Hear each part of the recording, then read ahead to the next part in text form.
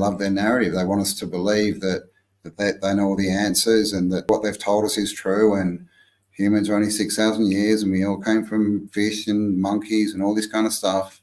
But people are allowed to believe what they want, but I don't believe any of that. The work I've done, the research I've done over the years proves, to me at least, that it's all baseless. None of it makes any sense when you look into it, the story they tell us.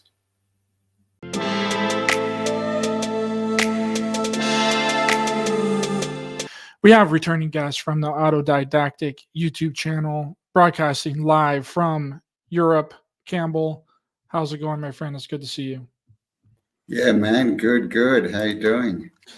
Doing great, my friend. Doing great, and it's good to see you. Thanks for coming back in. Hopefully, Lorenzo will be joining us here shortly. We kind of gave him not too much notice, but it's It's all right. Yeah, sorry about that. I think I stuffed the time up. I'm in my 6th country in the last 11 days, so I'm sort of not even sure what time it is or what day it is. So yeah, you're going all over the place, brother. You've been getting it. You've been going around there. Did you visit the Bosnian pyramids yet? Yep. Yeah. We had 4 days at the Bosnian pyramid. That was awesome.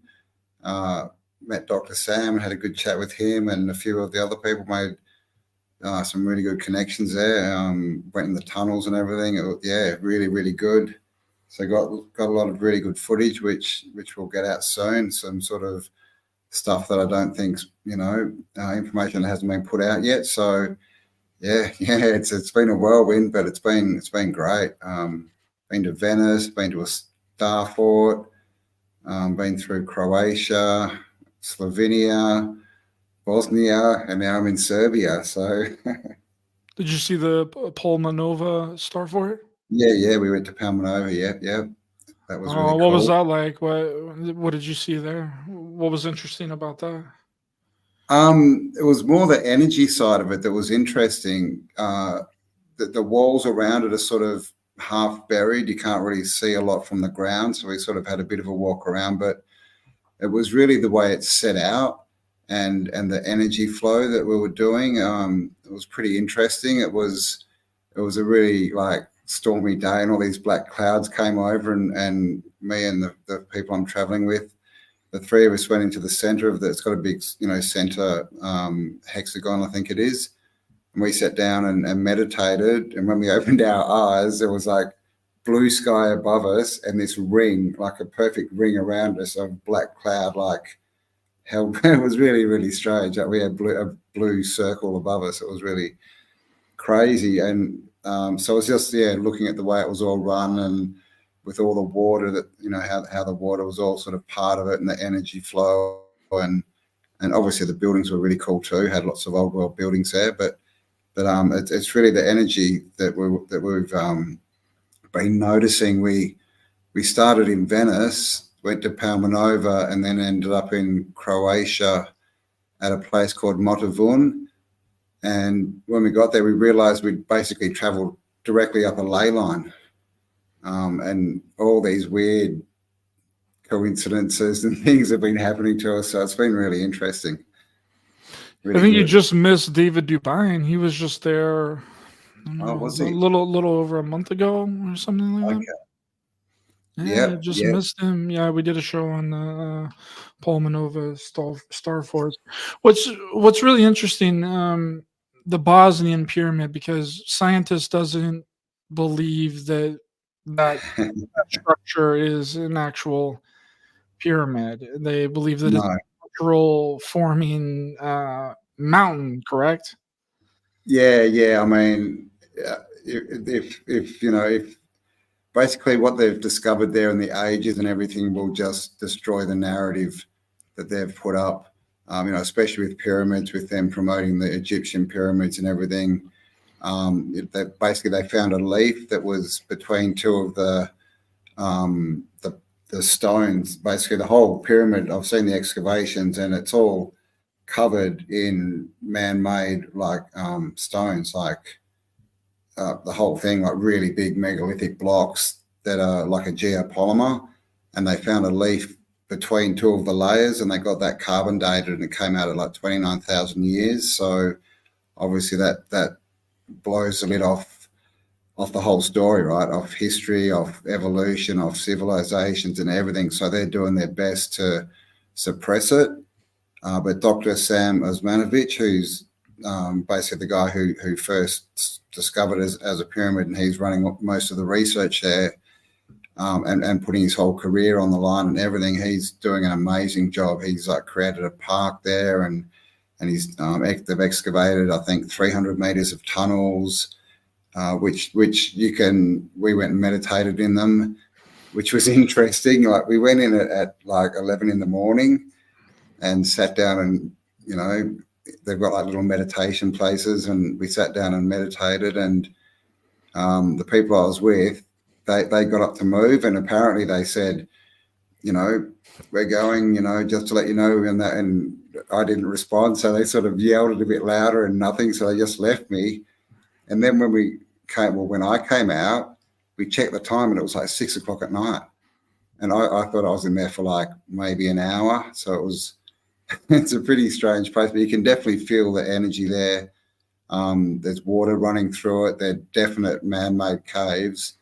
With all the excavation, basically it's been filled in, like they're man-made tunnels that have been filled up with sand. So that all they're doing is taking out sand and leaving the geopolymer, basically the man-made concrete tunnels. And what they're trying to do is find a way into the pyramid, because the tunnels are sort of on the outskirts, and so they're sort of digging their way in. And if a tunnel goes the wrong way, they stop and they keep trying to head towards the pyramid. So it's an amazing place. Like the synchronicities that happened there were just off the charts. It was just a crazy time, and I'm going to be back there in about 2.5, 3 weeks, I think, with our tour we're taking.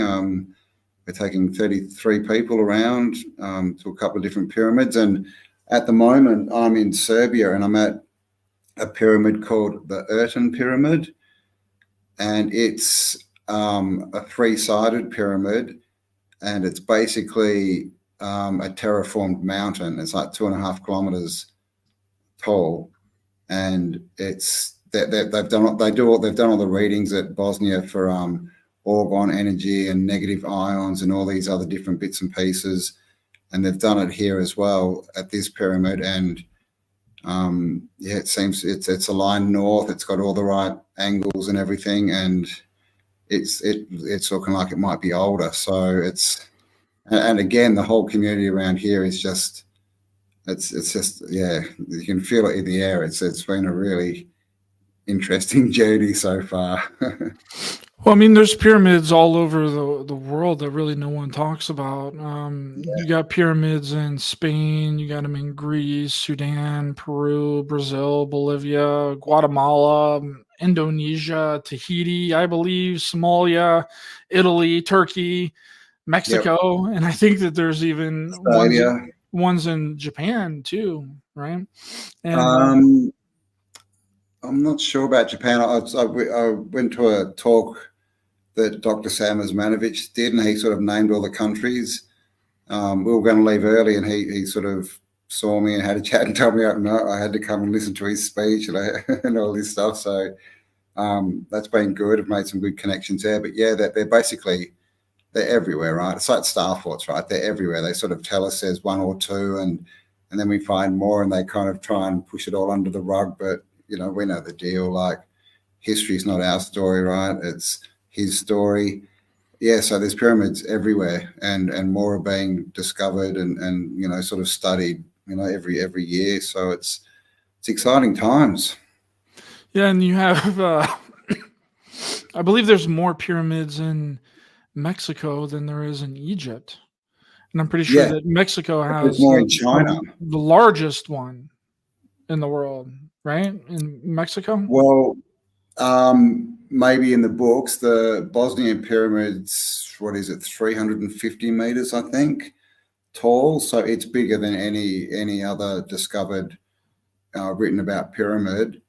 And like I said, I'm sitting in the shadow at the moment one that it's had a lot of people come and do tests on it, and they've tested all the angles and the directions, to the north or the cardinal points and the orgone and the negative ions and all these different energies, and it's been confirmed by experts as a pyramid, and it's 2.5 kilometers tall. But it's not made. It's like a mountain that's been terraformed, that's been shaped into like a tetrahedron, basically into a 3-sided pyramid. So we're going to be doing some work on that where basically the people I'm traveling with, they've got connections with the main researcher on that. So that's, again, it's a pyramid that you don't hear about because no one, who's in the field wants to talk about it, because it just destroys our whole narrative, as it destroys the whole narrative of evolution and how civilizations work and how long we've been here and all this kind of stuff. So, we're basically working out on the fringes at the moment, but I think it's all going to come to light, and there's pyramids everywhere. There's hundreds in China. We've got them in Australia. They're just everywhere. Yeah, I think that the Great Pyramid of Cholula was exactly like that as well in Mexico. It was cut out of a mountain. Oh, okay. Trying to look up the exact that one. But this is the thing, like with the Bosnian pyramid, it's still covered in dirt and vegetation. But if you look at the old photos, from the around 1900 of all the Mexican pyramids, that's exactly what they were. They were just hills that they had to uncover, and then they found these pyramids underneath them. Yeah, it's hard to find it on Wikipedia, but let me just Google the largest pyramid. I think it's in Mexico. The largest ones that's considered a pyramid, I'm pretty sure, is in Mexico. Let me see. Share screen. Oh, largest pyramid in the world, the Great Pyramid of Cholula. The Great Pyramid of Cholula, also known as, I can't say that name, is a complex located in Cholula, Mexico. It is the largest architectural site of a pyramid temple in the world, and is the largest pyramid by volume to exist in the world today. It says constructed mountain, so I'm guessing means it was constructed out of the mountain. I'm not too sure on that. Yeah, I haven't done any research on it. I've heard the name, but I don't know a lot about it. And hello to David M. Apparently I'm a grifter. But I don't have a paywall, David M. Sorry, I don't even have a website. So. Is David M. going off? He is. We don't pay attention to people like that, bro. Oh, I just thought I'd say hello. Hope he's having a nice day. What does he say? Oh, he says any scumbag that steals content and tries to shame someone from presenting, later release that information behind a paywall, is not a good person. So I'm not sure. Do you do that? Do you do that? I don't even have a website, man. So I definitely don't have a paywall. So I'm not sure who he thinks I am. But have a nice day, David. So this pyramid, because I think that the first that they thought was the biggest was in Egypt, and then this one kind of took its place. I don't know when this was discovered, but I don't really understand people's fascination with Egypt. It doesn't have the most pyramids. It doesn't have the biggest pyramids. Like, I don't understand why Egypt is such a big spot. It's just the most promoted, as far as I can tell. But yeah, exactly right. It's even, I think there's more pyramids in Nubia than Egypt itself. So it's, yeah, I think they're just sort of the first ones that were promoted, and there's a lot of writing and stories about it. And when I was young and I was sort of getting into ancient history, like I was like, oh, I'm not interested because everyone knows about Egypt. So I was much more interested in the South American and all these other ones that were being discovered. But it's interesting, and they have their story with the pharaohs and all this, and they try and make us believe that they're tombs, and there's never ever been a mummy found in any pyramid ever. Right. And basically all the pharaohs are buried in the Valley of the Kings. So it's obviously, Dr. Hawass, is out there fighting his good fight and putting all his info out and promoting it. But yeah, I don't get the fascination either. Do we know what the oldest? Maybe Egypt has the oldest pyramid, and that's why people are so attracted to Egypt. It may be the oldest in the textbooks, but from my information, they're nowhere near the oldest. I'm sure that Wikipedia, if you put Bosnian pyramid into Wikipedia, it just says that it's pseudoscience and there's no pyramid there and all this stuff. But Dr. Sam Osmanovic, who basically was the first one to call it a pyramid, he'd been studying pyramids around the world on every continent for 30 years before he got into Bosnia, and he's done all the tests, he's done all the measurements, but they just don't want it to get out. Google says, according to the Guinness World Records, the title of the world's oldest pyramid is shared between the Djoser pyramid in Egypt, but approximately 2630 BC, in the Karnak pyramid of Karnak, Peru, built in 27. They say around the 6,000 years sort of mark, but the information I've got from the people that are studying them, there's much older pyramids, and I think one of the big things is that because they're so old, that they were built by previous civilizations, right, which weren't meant to exist, and they definitely weren't meant to have the technology to make geopolymers. The geopolymer in the Bosnian pyramid is it's artificial concrete. It's harder than the concrete we can make today. It's better. It absorbs less water, so it's a superior material. It's like we find in all ancient history when we look into it. Like the technology that existed is better than what we could do now, and that's the problem to the history writers, because they can't explain it with their narrative. Yeah, this one up here says that Guna Pandang, it's hard to pronounce these names. Don't come at me. Okay, Guna Pandang. In Indonesia. In Indonesia includes the raised earth site. The paper's authors, led by Danny Nagawajaja, claim that it was the remains of a prehistoric pyramid from up to 27,000 years ago. Holy crap. There you go. Yeah. That one was brought to light by Graham Hancock, sort of brought it into the public consciousness.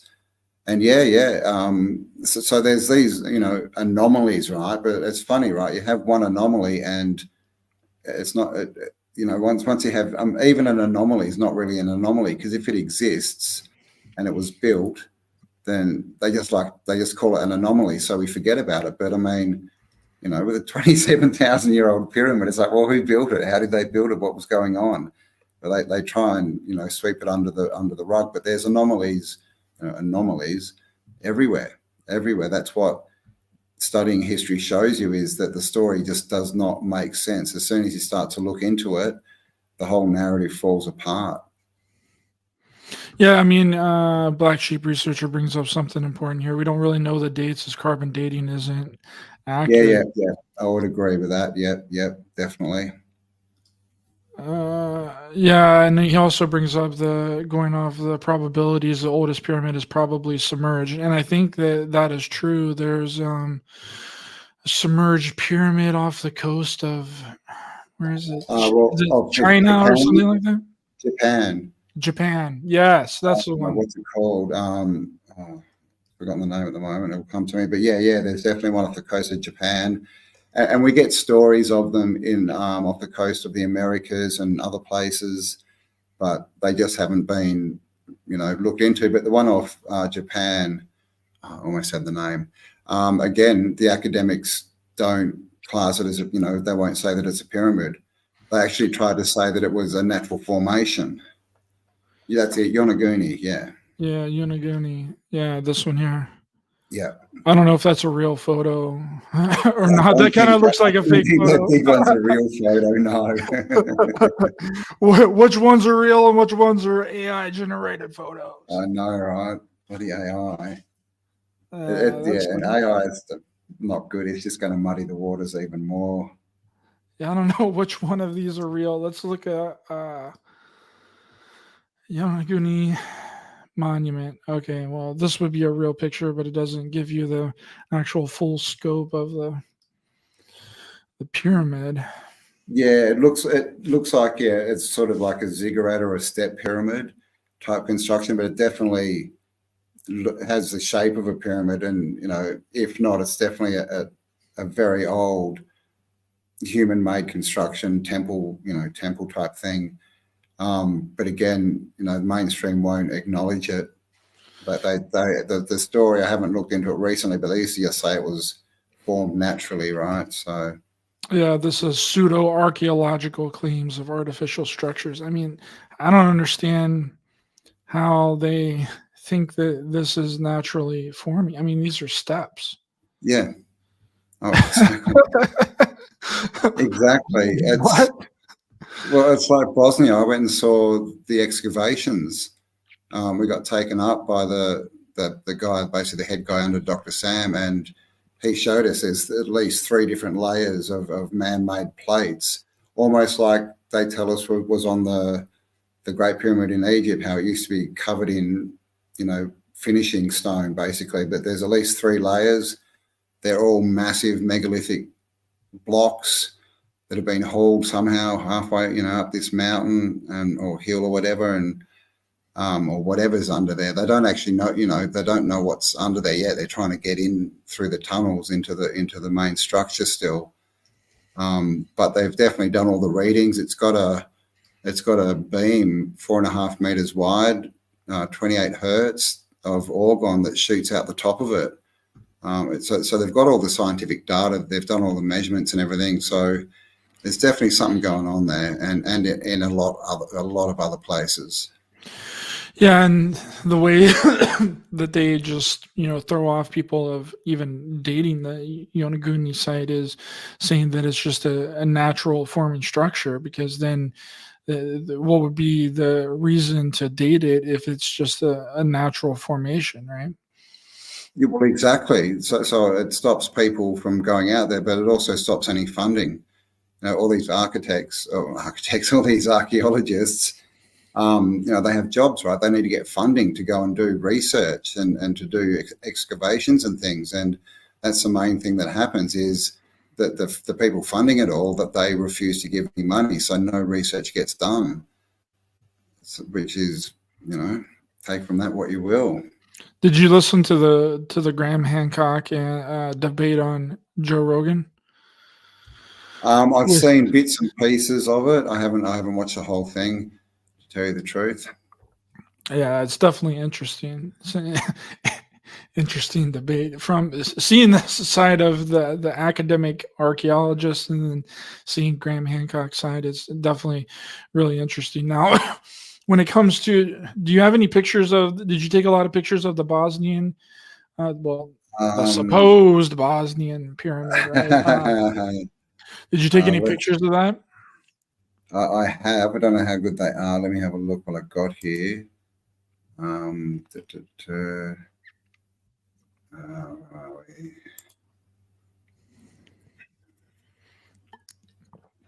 Because it's really interesting. I'll bring up some Google pictures, and then you can grab some of the pictures that you took after show these.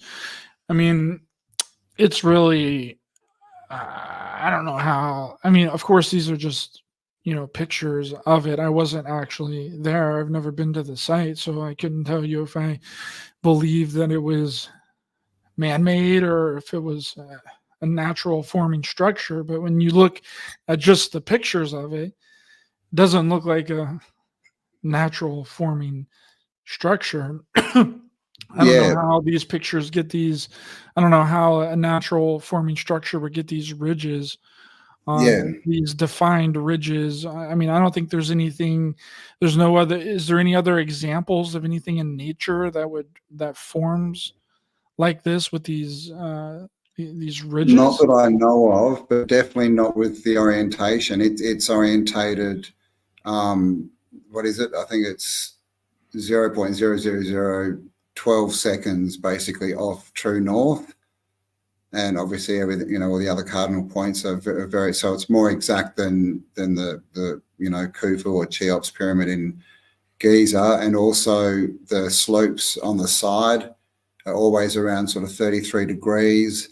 And the measurements of, you know, the base, it's all the same. So it's a proper pyramid, like geometrically, like one side's not shorter than the other, if you know what I mean. And then there's also another, at least 3 pyramids in that area in Visoko in Bosnia, and the main pyramids are the pyramid of the sun, the moon, and the dragon pyramid, and they're all exactly, I think it's 200 meters from tip the tip of the pyramid to the other tips of the pyramid, and they make a perfect triangle. So to get that kind of geometry is just, it's impossible in nature. Yeah, there it is right there. Excuse me, I'm getting over a little healing right now from a sickness. Yeah, this is really interesting. I didn't know that there was 2 others there that make this trifecta that we were supposed to have had today, but Lorenzo wasn't able to make it. But this is interesting how the 3 supposed pyramids make another pyramid. Exactly right. Another perfect triangle. So nature doesn't work in straight lines or geometric, you know, forms. It basically works in spirals and curves and things. So, but to get that, and then on top of that, each pyramid is oriented to the north and to the other cardinal points. They're all got the, you know, exact bases. So, you know, for example, if one side's 200 meters, the other 3 are 200 meters, and that's for all 3 of the pyramids. So it's impossible that would just be a natural, you know, formation basically. Yeah, I find it really difficult to believe. I mean, again, we're just looking at pictures. You were actually there. You got to see it and the scope of it. What was the scope of it like? Like standing next to it, how enormous did it feel? It's big. It's huge. When we were driving in, it was actually pretty cool. We drove in, and the first time we saw it, there was a rainbow going straight onto the top of it. But the main thing when you're there is you feel it, because I mean, this is a question: what are pyramids? Why are they everywhere? And from the research done on the Bosnian pyramid, basically they're saying that it's an energy generator. They've done all LiDAR and all this kind of stuff on it, ground penetrating radar, and it's got water underneath, you know, the tunnels, and there's also inside the tunnels they've found man-made ceramics, and there's one, and they're just sort of in there. Some of them have runes on them, but they're like older than the runes that we know, so they're like proto runes. But there's one stone in there, like an artificial stone, and they did radar into it, and it's basically, you can see that it's had a top put on it, and inside it, it's got crystals. And then directly beneath that is water flowing under, and then they measured that that's actually enhancing the negative ions and orgone energy and all these other things.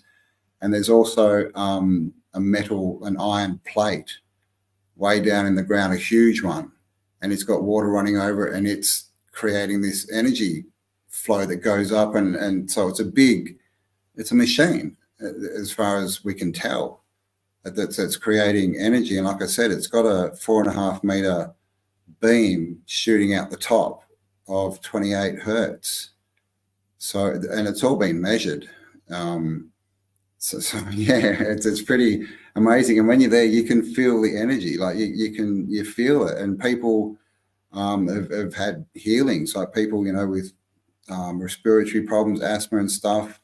You spend, you know, time in the tunnels, it clears them up. People with other ailments and injuries and things, they're getting healed from going into these tunnels. So there's something going on, right? And it's not just one person. They've got, lots, I'm not sure how many, but they've got a lot of, testimonies of people. And they've even, before you go in, you can even get your aura. They'll take your aura before you go in, and then once you come out again. So it's being done very scientifically as much as they can. They've had over 30 different measurements taken on different energies and things that are going on, and there's definitely something happening there, so. I mean, I guess the way to find out would be to dig into it, right? But they probably don't want to do that because what if it is a naturally forming mountain? I mean, that would end the speculation, and that means no more tourists. And what that means is the end of the money. Did you talk to any of the locals there, and what did they have to say about it? Because normally locals will, a majority of them will give you the truth, or at least tell you what they believe about it, which is always interesting. Did you talk to any? I mean, well, you could say the same thing, because it has brought money into the town and it has increased real estate, prices and things like this. But the locals that I was speaking to, that they all talk about that they've always known that there was something going on there. Maybe not necessarily called it a pyramid, but they've always gone up there to get their water. They've always seen weird things like energy balls and things, around there. And it's always been a revered place. So it's definitely not like that sort of it's come in and they've said it's a pyramid and all the locals like, oh, wow, really? That they knew that there was something special there already, for sure.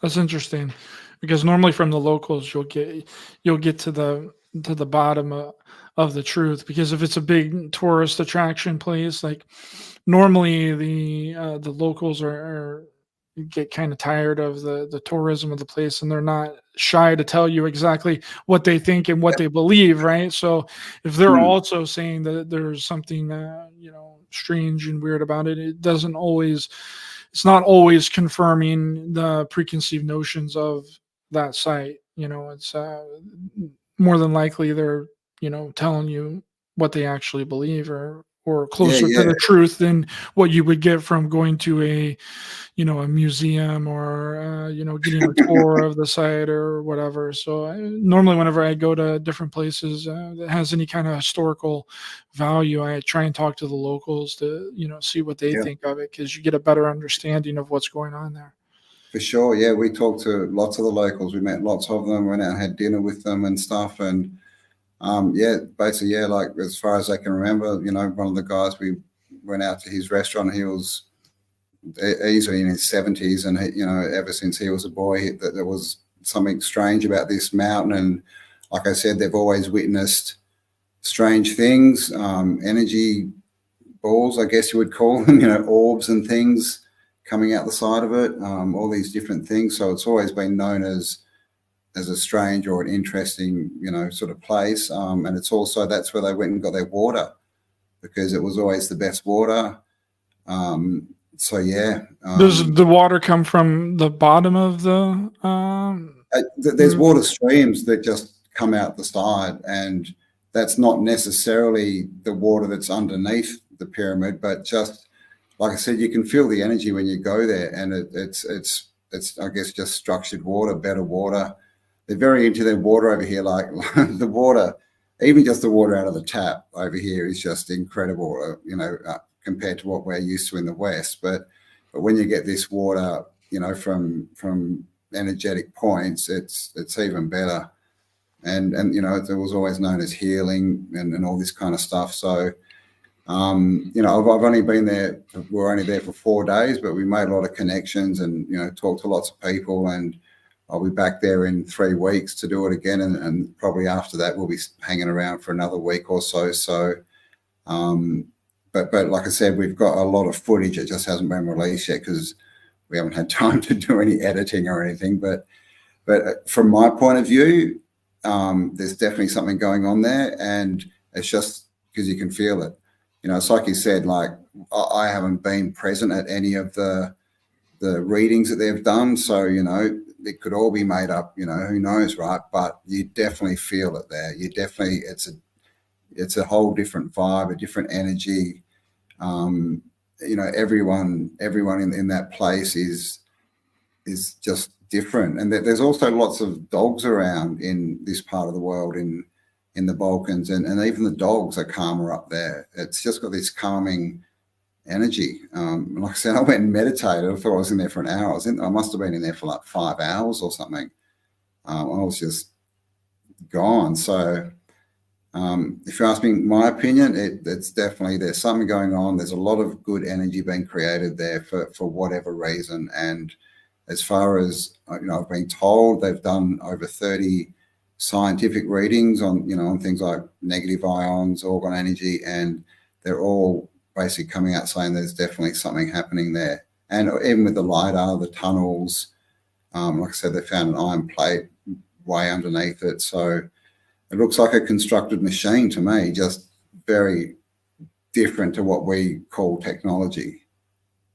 Right. I mean, if there was a ancient advanced civilization, they wouldn't be using, because we think that, oh well, we think of a past ancient advanced society as following the same trajectory of technology that we've followed, right?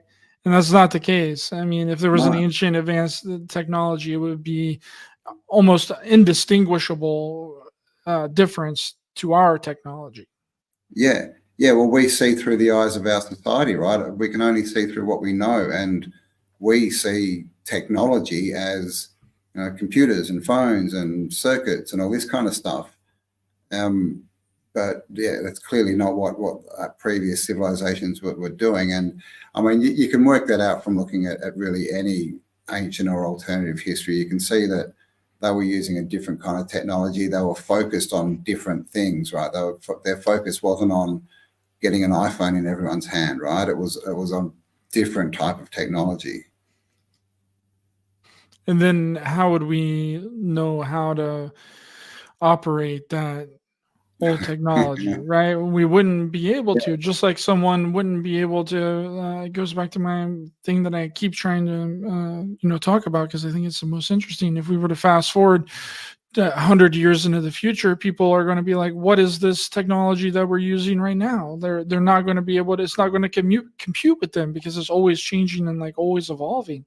There's no way that in 100 years someone's going to look at a hard drive and be like, what is this?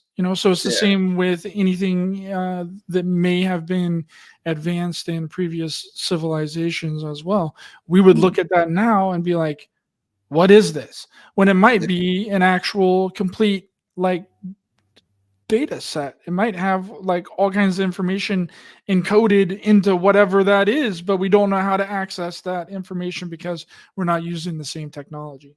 That's my theory anyway. Yeah. Oh, completely. Yeah. So it's a learning curve, right? It's working it out, putting out theories, like actually using science, right? Putting out theories and seeing what works and what's repeatable and all this kind of stuff, throwing away what doesn't work, going with what does. Obviously, we're taking readings and all this kind of stuff. Well, not me, but who knows what it was built for? There are theories and stuff, but in the end, until a time when they can actually control it and see what it does, and then it really is all speculation. But they can tell that it's not a hill, right? Because they've done all these readings on other hills, and they don't have these negative ions, right? And orgone energy and all this kind of stuff happening there. It's only happening on these pyramids.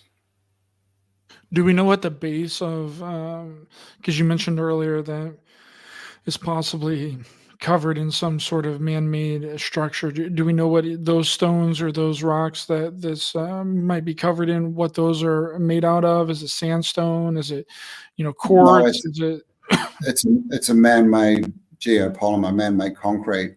So it's, if I can remember correctly, it's that there is rocks mixed in with it, but it's got crystal, it's got clay, it's got what's the word? Crushed up seashells. I've forgotten the word for it.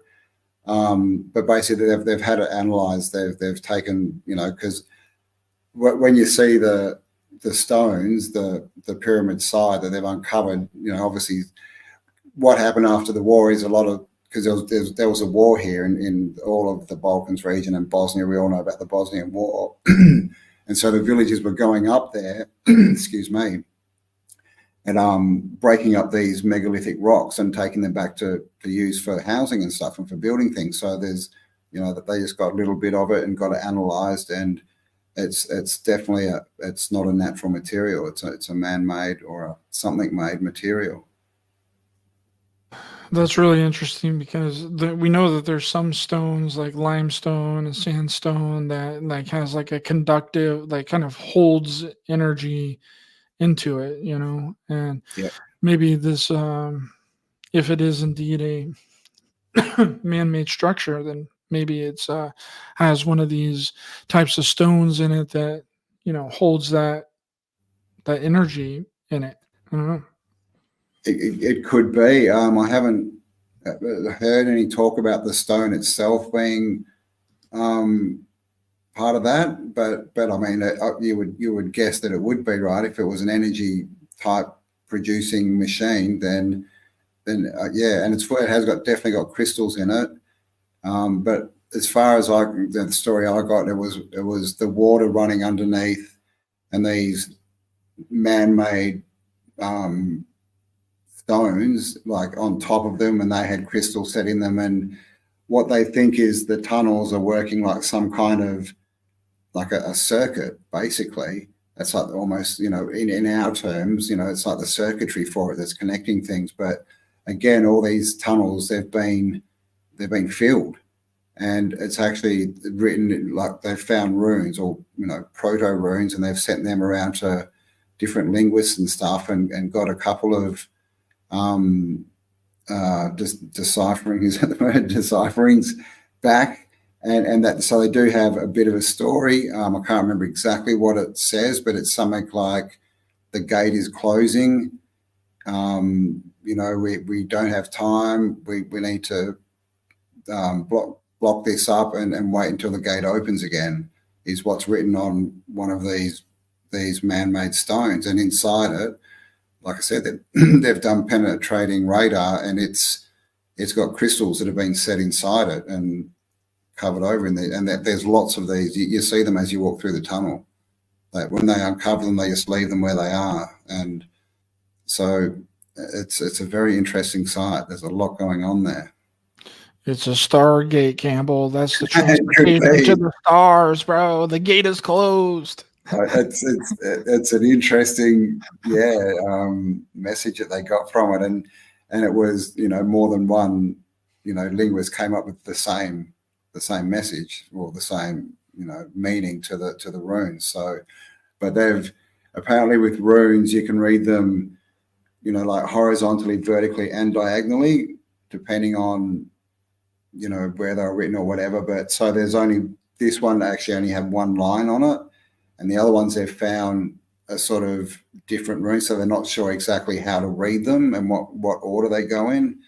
But the one that they found had just one straight line, so apparently that's what it said. That's interesting. Have you ever looked into Mount Shasta in California? Looked into that? I've heard about Mount Shasta, and it has similar phenomena, right, with orbs and things being seen coming out of it. There's also, with the Bosnian pyramid, that there's been reports of aeroplanes, because it's on a certain point or near a certain point where when they fly planes, it's where they take there's a grid, and they take readings or something at different points. And planes basically are going over and losing power, and they're basically, they don't work. The planes have got to land them, and they don't work for like months, and they're not sure why. So that there's a lot of interesting stories, and that's all confirmed. It's all by like airline planes and things. So, but of course, you're not going to find this stuff, on Google or anything like that, because this, like I said before, this shakes up the whole narrative, right? And they love their narrative. They want us to believe that that they know all the answers, and that what they've told us is true, and humans are only 6,000 years, and we all came from fish and monkeys and all this kind of stuff. But people are allowed to believe what they want, but I don't believe any of that. The work I've done, the research I've done over the years proves, to me at least, that it's all baseless. None of it makes any sense when you look into it, the story they tell us. I'm pretty close to Mount Shasta. I'm about 3 hours away. I'm going to go up there and visit, see what's going on, because apparently there's it's like an ancient Native American site. Like Native Americans have been there for a really long time, and they would do rituals inside of there. And then it was eventually taken over by the Freemasons, and the Freemasons did rituals inside of there. And it's a very interesting place. And the town of Mount Shasta only has 1,500 to 2,000 people in it, and it's kind of like in the middle of nowhere. So they want to go out there and see what's going on, because they also have caves. They have caves just like you're talking about at the Bosnian period. Yeah. It'd be interesting to get some readings. Maybe you should see if you can get like a negative ion reader or an orgone reader and actually see what's happening there energetically. That'd be interesting. And then you have, all the stories of that people tack on to it, that it's like this extraterrestrial base, and that it's the lost city of Lemuria, and Atlantis is inside of Mount Shasta. And, the lore of these places, I think, really take over from people actually doing real research into them. You know what I mean? Because it kind of throws real research under the rug for more fantasy type things. Sure. They'll be like, oh, it's Lemuria's inside of there. There's fish people and all this stuff inside of Mount Shasta. And Mount Shasta has been this hub of weird cult activity.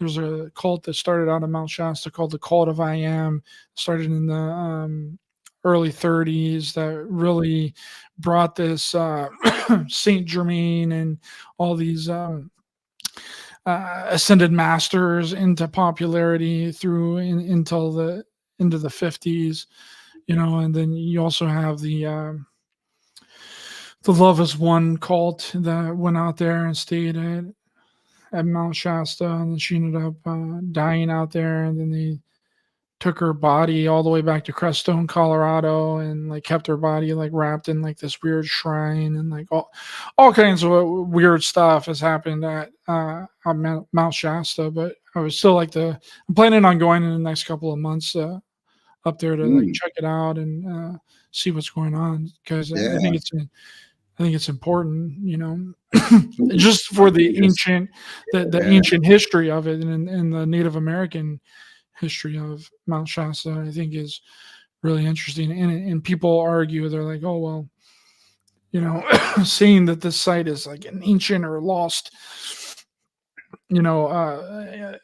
Atlantean or Lemurian site is really taken away from the history of the Native Americans and how long that site has been, and how long they've been there, because they're turning something much older. But I mean, this is nor here or there, but I think that it's definitely a really interesting site. I'm going to go up and try and check it out. Yeah, well, I mean, these energetic points, right, tend to attract people, especially people who like to do interesting ceremonies and things, and maybe the more out there people.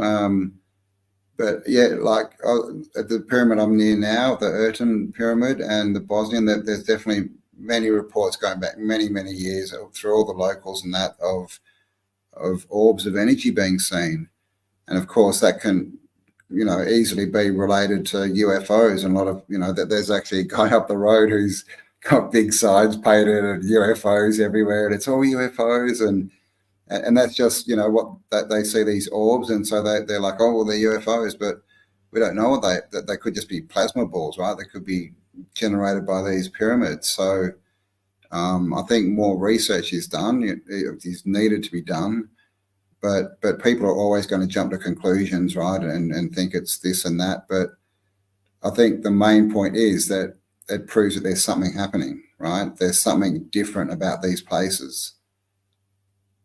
Yeah, I agree. And well, the reason that they changed the name of UFOs into UAP is to actually encompass more phenomenon. So UAP could technically be anything, right? It Yeah, doesn't. It can be plasma. It can be ball lightning. It could be yeah. a man-made craft. It can be a satellite. It could be like a whole host of things. And I think that that's one of the main reasons why they changed the name from UFO to UAP, was to encompass more things, and also to not carry over some of the lack of a better word, dumb theories from before, and lump them all into the same category. Because now if you know write a FOIA request on UFOs, they're going to come back and say we don't have anything.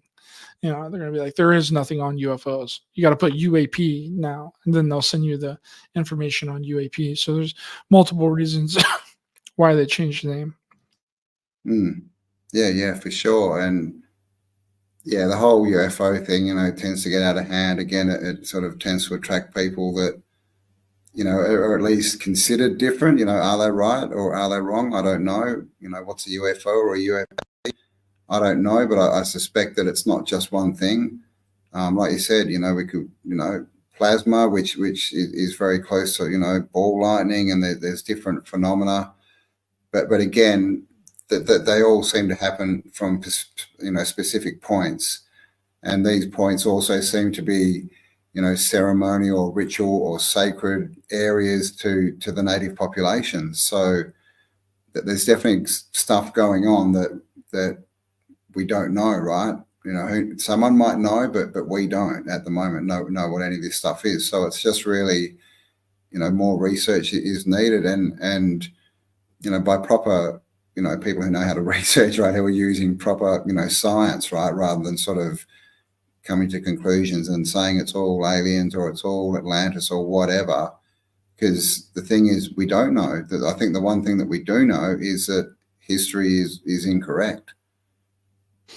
Yeah, I would agree with that. That there's definitely uh, inconsistencies within history and things that they have definitely left out. I mean, a lot of this architecture and a lot of the things that we just see around is unlike anything that we've ever seen. I mean, you've been to several different countries and several different towns over the past couple of weeks, and there's really nothing like that in North America. Like some of the architecture and some of the things that you see there, you don't see in other parts of the world. And it, like, makes you question and makes you think, like, was this just different kinds of people? Were they not spread out all over there's a lot of different questions that really come to mind. But the interesting thing is that it's not like that everywhere.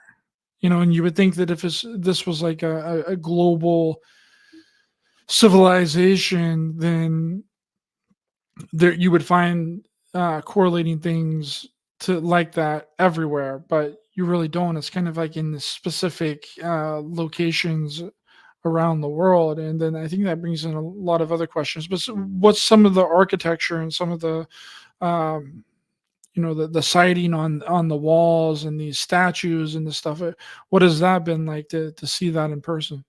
Well, I mean, first of all, I'd say that's the best way to learn, is to go out and experience it. It's very easy to sit behind a computer and Google things, but that's all secondhand information, right? And it can be easily manipulated. The best thing is to get out and experience these things for yourself.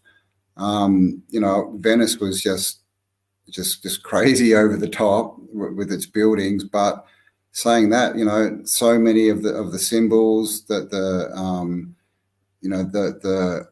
parts of the buildings, my mind's going, are the same that I've seen in cities in Australia, like Melbourne.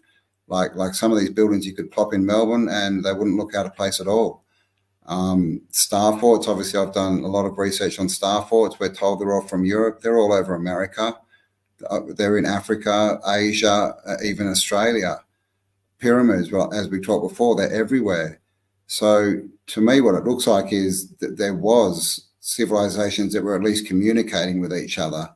Obviously you get differences, cultural differences and things like this, but it looks, and I think we're dealing with multiple civilizations, different ages, if you want to, and we hear that, that the Indian Vedic sort of philosophy says we're in, the Kali Yuga, the fifth age, the fifth world, if you want it. So when you look back, well, when you look into history, it looks like the further you look back, the bigger things get, right? Like these big pyramids everywhere, the megalithic stones that we find, up in the Ural Mountains in Russia and places like this, they're bigger than the ones that we find in South America, right?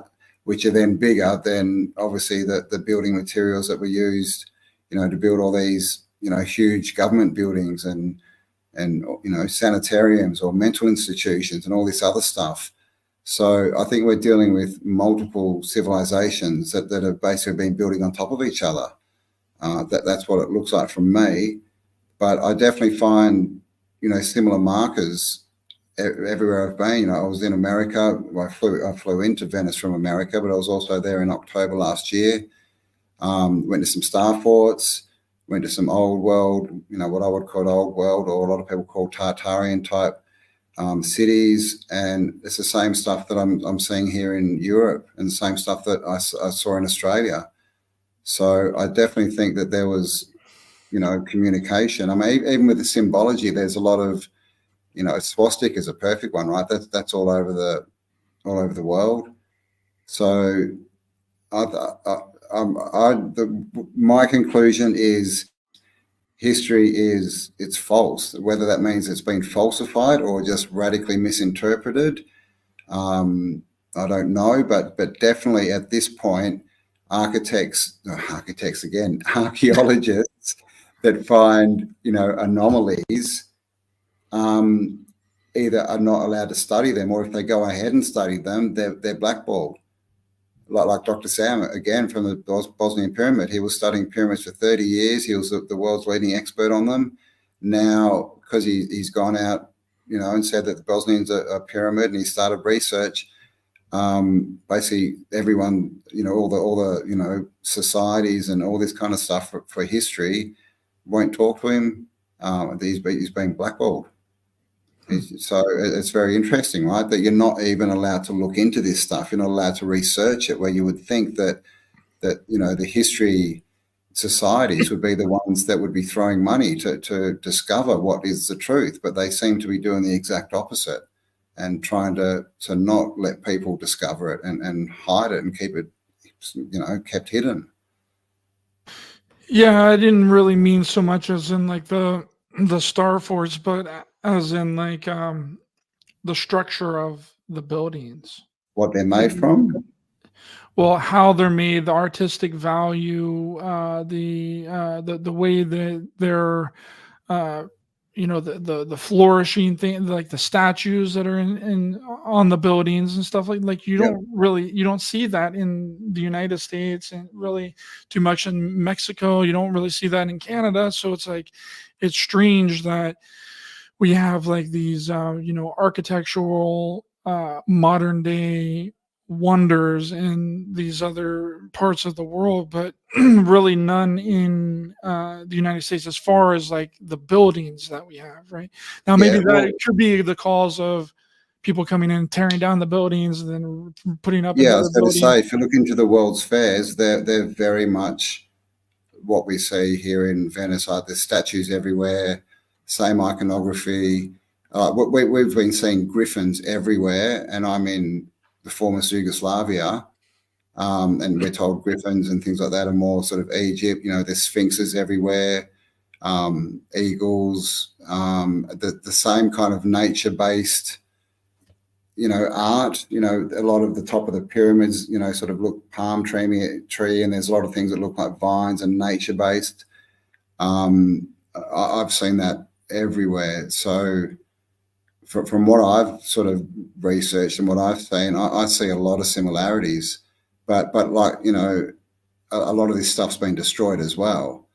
I would say, you know, especially with, you know, the World's Fairs in America, there was some huge ones, but they all either got destroyed or burnt to the ground, right? So, and you know, not just to add, you know, most of our big cities have had great fires as well, right? And then you add to that war, you know, which destroys cities. So there's been a lot of destroying going on, and that's why, you know, possibly the more developed countries, you don't see this kind of stuff. And I would say, you know, from my point of view, that's because it doesn't support the narrative. But if you go and look at, you know, the World's Fairs, like Chicago World's Fair, huge statues that look Grecian, right? They're everywhere. And literally there's Greek gods and stuff, and they're all sort of the marble statues. You know, we're told that it's all was built out of stucco, you know, and it was all just temporary construction. But some of these buildings are still standing that were apparently just temporary and built out of stucco, and you can go and see them and lick them, and they're still there. There's a Parthenon in Nashville, Tennessee.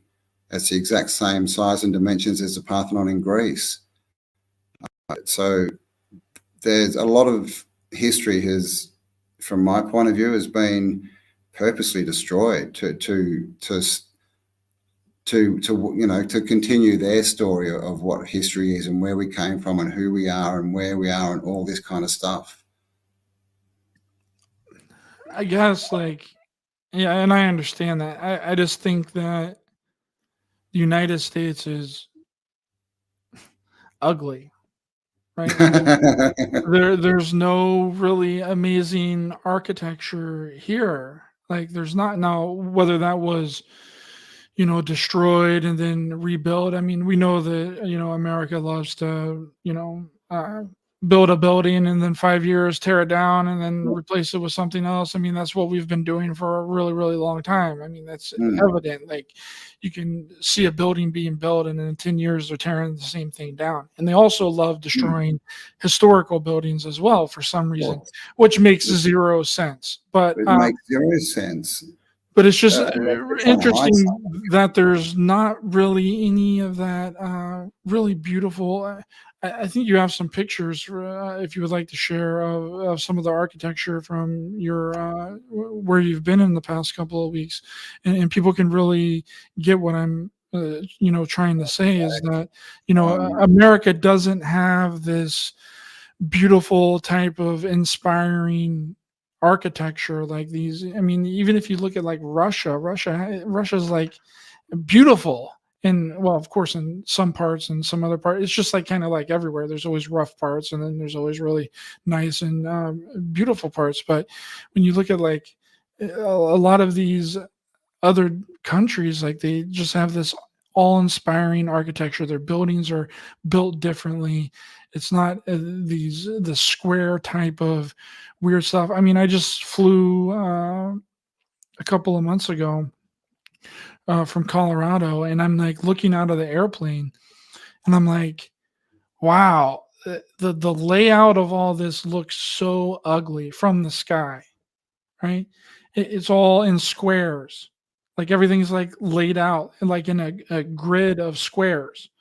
Yeah. I don't know if anyone's been flying recently, but just like look down whenever if you're flying in like a plane, you can see how like everything is just like perfectly squared out. It's really weird. There's like no circles. There's no amazing, strange, weird things that would look amazing. It's just all squares. Our buildings are squares. Our rooms are squares. Our houses are squares. There's really nothing that is like interesting about any modern day architecture in the United States to me, you know? Yeah, and I think that's the point. Is it's modern day architecture, right? Because America, you know, if you look at the story, founded 1492, rah rah rah, and Australia even newer. So if they didn't, you know, we know, like you just said, they destroy all these buildings. All the World's Fairs were destroyed. All the, you know, the what they call like the millionaire houses in New York City, like Wall Street in New York is actually called Wall Street because that was the edge of the wall of the old city there. It was a walled city, and the star fort said, I mean, the Statue of Liberty sits on a star fort, or a star at least. And so I think that's what's happened is, like, how would they explain if America was covered in the same kind of architecture as Europe? How would they say, well, it's a new country we've just discovered? Same with Australia, Canada, New Zealand. And so in Europe, it's preserved as part of their culture. But when you get a new country, they kind of have to destroy it, right? Or else it destroys their narrative of what's been going on.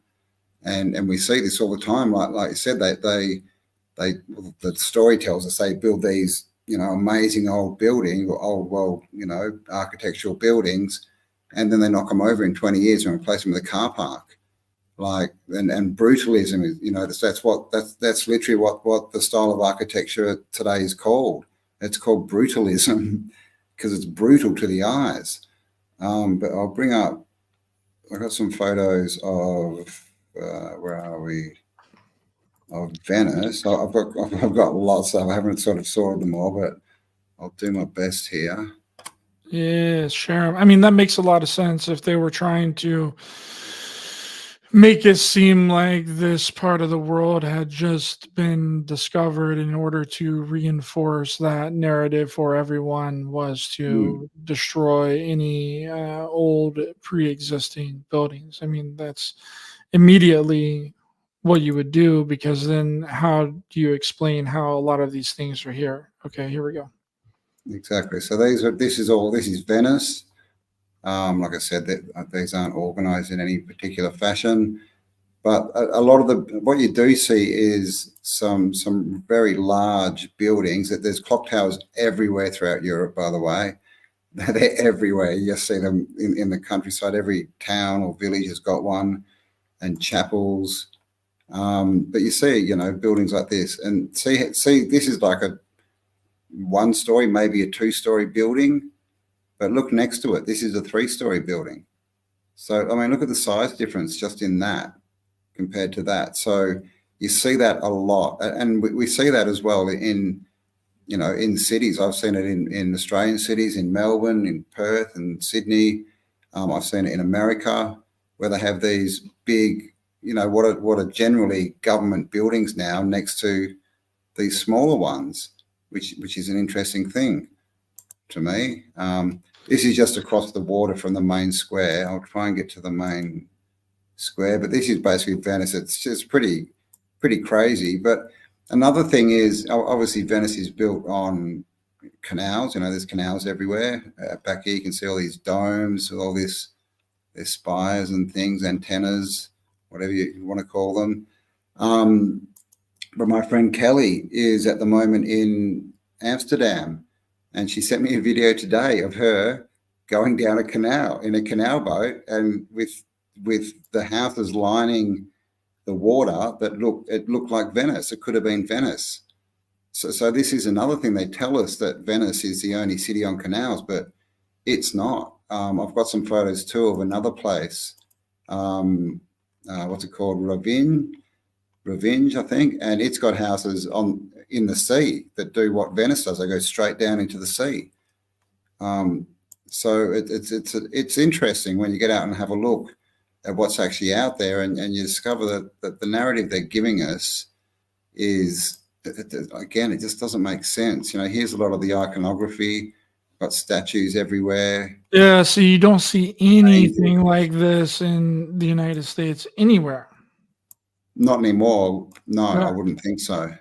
This is fascinating. I mean, this is beautiful architecture. I mean, how long would you suppose that it took someone to actually make something like this? Like, and how did they make it, right? But apparently that the story is that Venice is about 1,500 years old. So, how did they do this, 1,500 years ago? And they say that basically the way they did it is that Venice is built on logs, that they got all these logs and drove them into the ocean, into the mud, and then built the city on top of those. So how was exactly that's the biggest question, is how? How was all this done?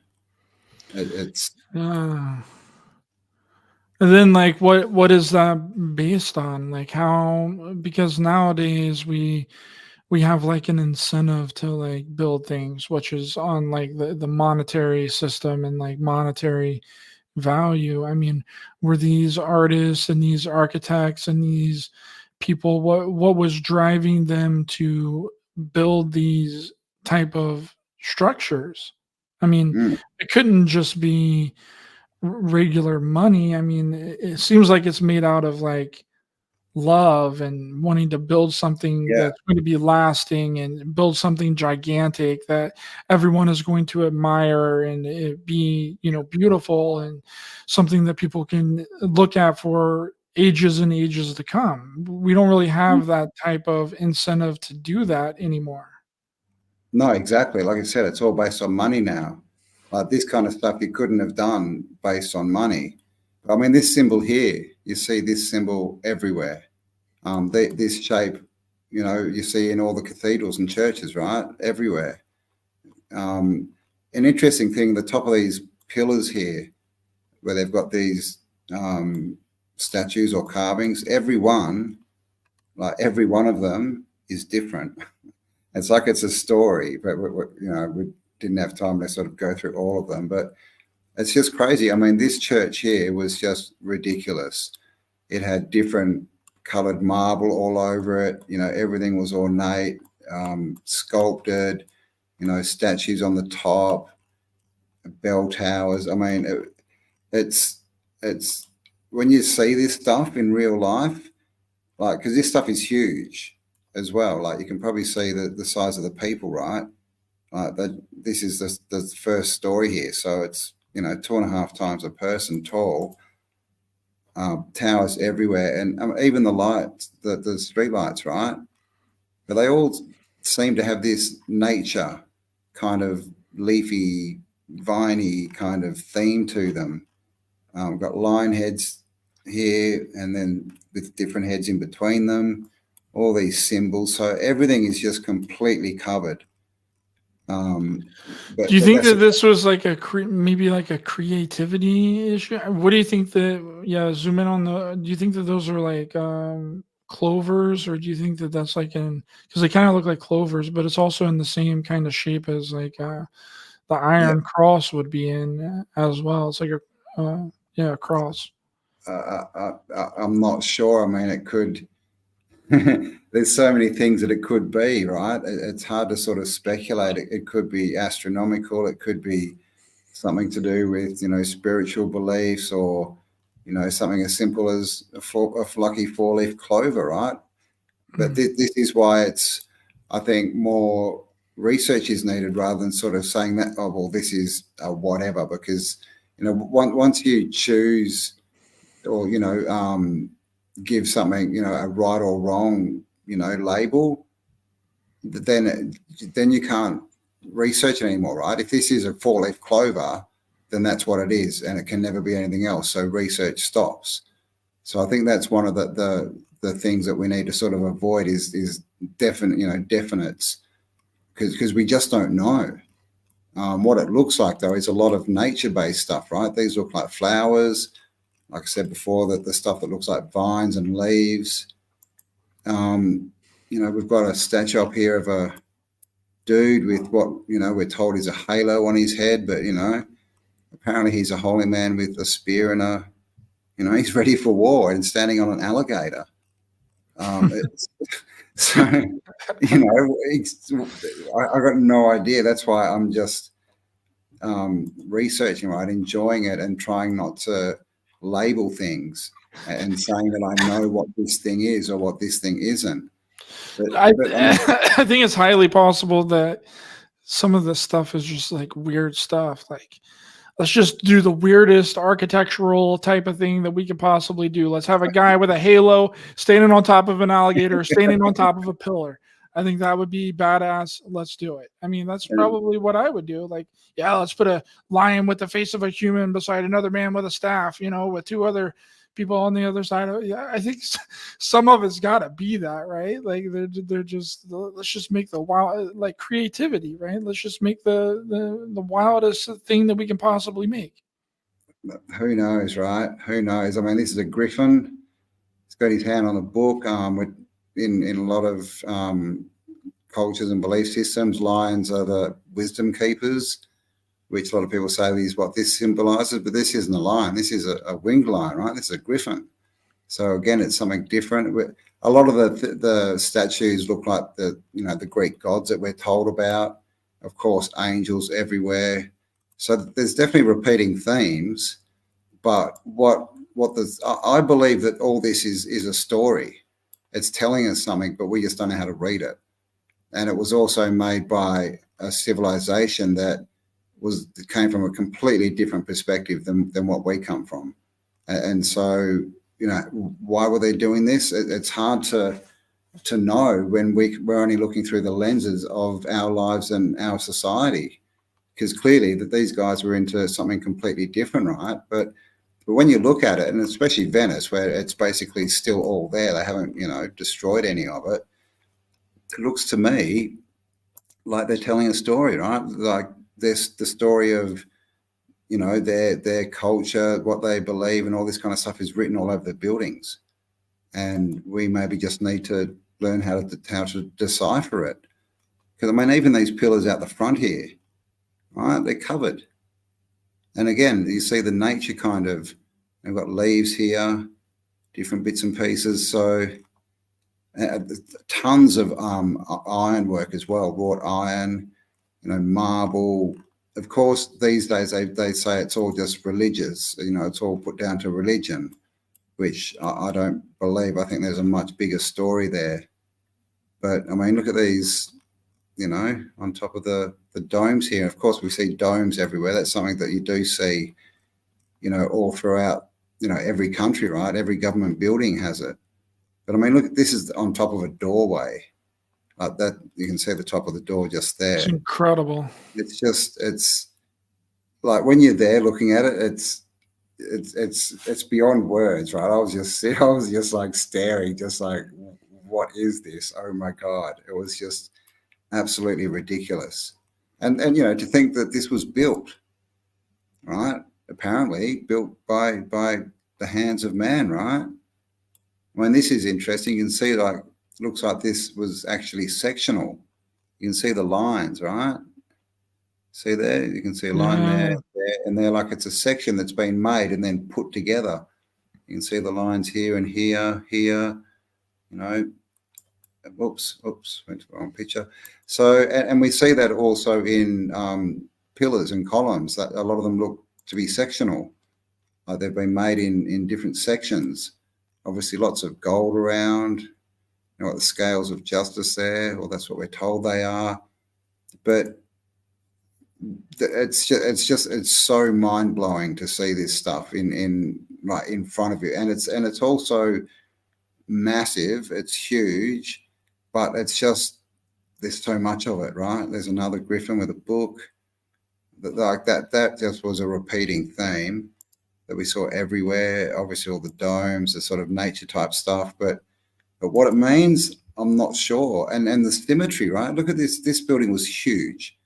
Again, you can see the size of the people, but it's all perfectly symmetrical. And there's actually a bigger one on the other side. Oh, this one, I think that's it. No, that's not it. But this one, again, huge, symmetrical. This one, look at this. Like that's one building. And we struggled to get it into one shot, into one photo. And it's all perfectly symmetrical. It's just crazy. But that building is just, it's huge. It's so long. It's ridiculous. And this stuff's it's just everywhere. There's another griffin with a book. An astro clock, right? Astrology. Oh, look, we got Lorenzo's in. Oh, Lorenzo's here. What's up, Lorenzo? Hello. I don't see myself yet, but I'm coming in. You're in. You're on the left, brother. Hey, I'm in. Hello, guys. Yeah, I was sleeping at the time you sent me that last note. It's only 6 a.m. for me here, so here I am now. A little early, but I love surprises. 6 a.m. for Lorenzo in Japan, and It's what 6 time is a.m. it for Yeah, yeah. you? For you, It's Campbell? it's about 5 to 11 at night. Oh my goodness. Hey, Campbell, how's it going? It's good to All be different on. time zones. Yeah, so obviously, hey, you guys have been live for an hour. I didn't catch anything except that last picture. It looks pretty cool, Campbell. What you've been seeing and Yeah, we're discovering just having and a bit of, finding out in Europe.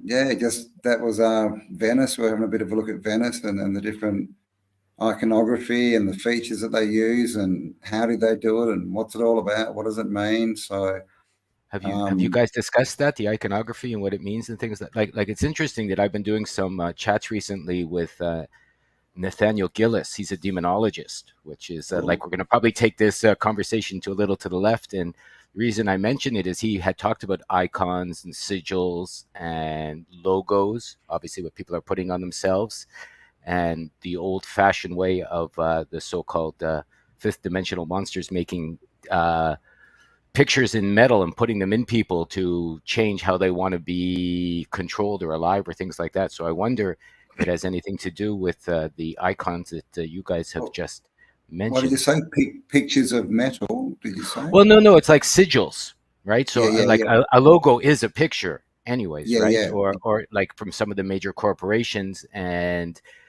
they mentioned making the sigils smaller and smaller and smaller, and they used to, however long ago, put them inside slaves, people, whatever, inserts, to control them, like the old Dybbuk or the Into them. zombies, or no, into their bodies. How do they do that? Well, I mean, how are they doing it? We could take this way to the left and talk about like what they've been doing with the jabs over the last 4 years, and Yeah, how small have they been making the metal that they're supposedly putting in bodies. And I don't know if you guys have noticed the zombification of people you come across on a regular basis, but here where I am in Japan, it's gotten beyond kooky what's happened over the last 4 years. It's like nobody makes eye contact, nobody smiles, almost. Everyone's walking around like lost into their little phones or their big phones, whatever it is they're looking at. And to see a loving look in someone's face is almost absent unless they're children or very old people, maybe, that have not, like, because in this place was a good example of using that experiment, because I read somewhere recently that 80 to 90% of the population decided to go along with the program here, because Japanese people are rule followers, no doubt. So if the government says it's a good idea, go for it, and it's free for now. They also don't like spending money. So the first four experimental enhancements, we'll call them, were cost free here. Uh, just about everyone took them for the most part, wow. and you You got can you see got the you get a free results. hot dog in Australia if you got one. Yeah, like I mean, they were, here I don't know, they were giving them free ice cream cones, or discount, or $20 or $50 discounts on their cashless Mm. cash card, or whatever they were passing along here. Well, when you think of like inserting something into you too, you also have people, claiming that they were abducted by extraterrestrials and they had like some form of Yeah. alien implant as well. Yeah, it's exactly like I've got a new video coming up tomorrow where I talked about that with Nathaniel, who said basically the whole exorcism from going back to the church, moving forward, and the UFOs, the ETs, the aliens, the abductions. They believe now, and what I've seen, it's all the same. Like, it's all the same Mm. group of controllers that Campbell and I have done hundreds of videos on, that are looking Mm. to control the population. And what better way than to brand? Well, what do you do with a cow, right? You brand it. It's my Mm, cow. yeah. You can take that back to Solomon, right? Solomon's temple and the Right. Solomon's sigils, and there's even been some work done on the circuitry of computers. The circuit boards also look like these sigils, which is Yep. interesting. Because That's why we something get like more when information. I didn't know we were going to be talking about ancient civilizations, what have you. I saw it go up yesterday when Ryder put his thumb up. I go, okay, this is what we're going to be talking about. And Campbell and I in the past have discussed going into the type of humans that lived, in the buildings that you were just showing, right? The type of humans that existed 1,000 or 2,000 years ago. And I think it's a fallow topic at the moment, that really isn't discussed, in the difference between I mean, I don't know about you guys, but humans when I was a young lad are very different than the humans are now.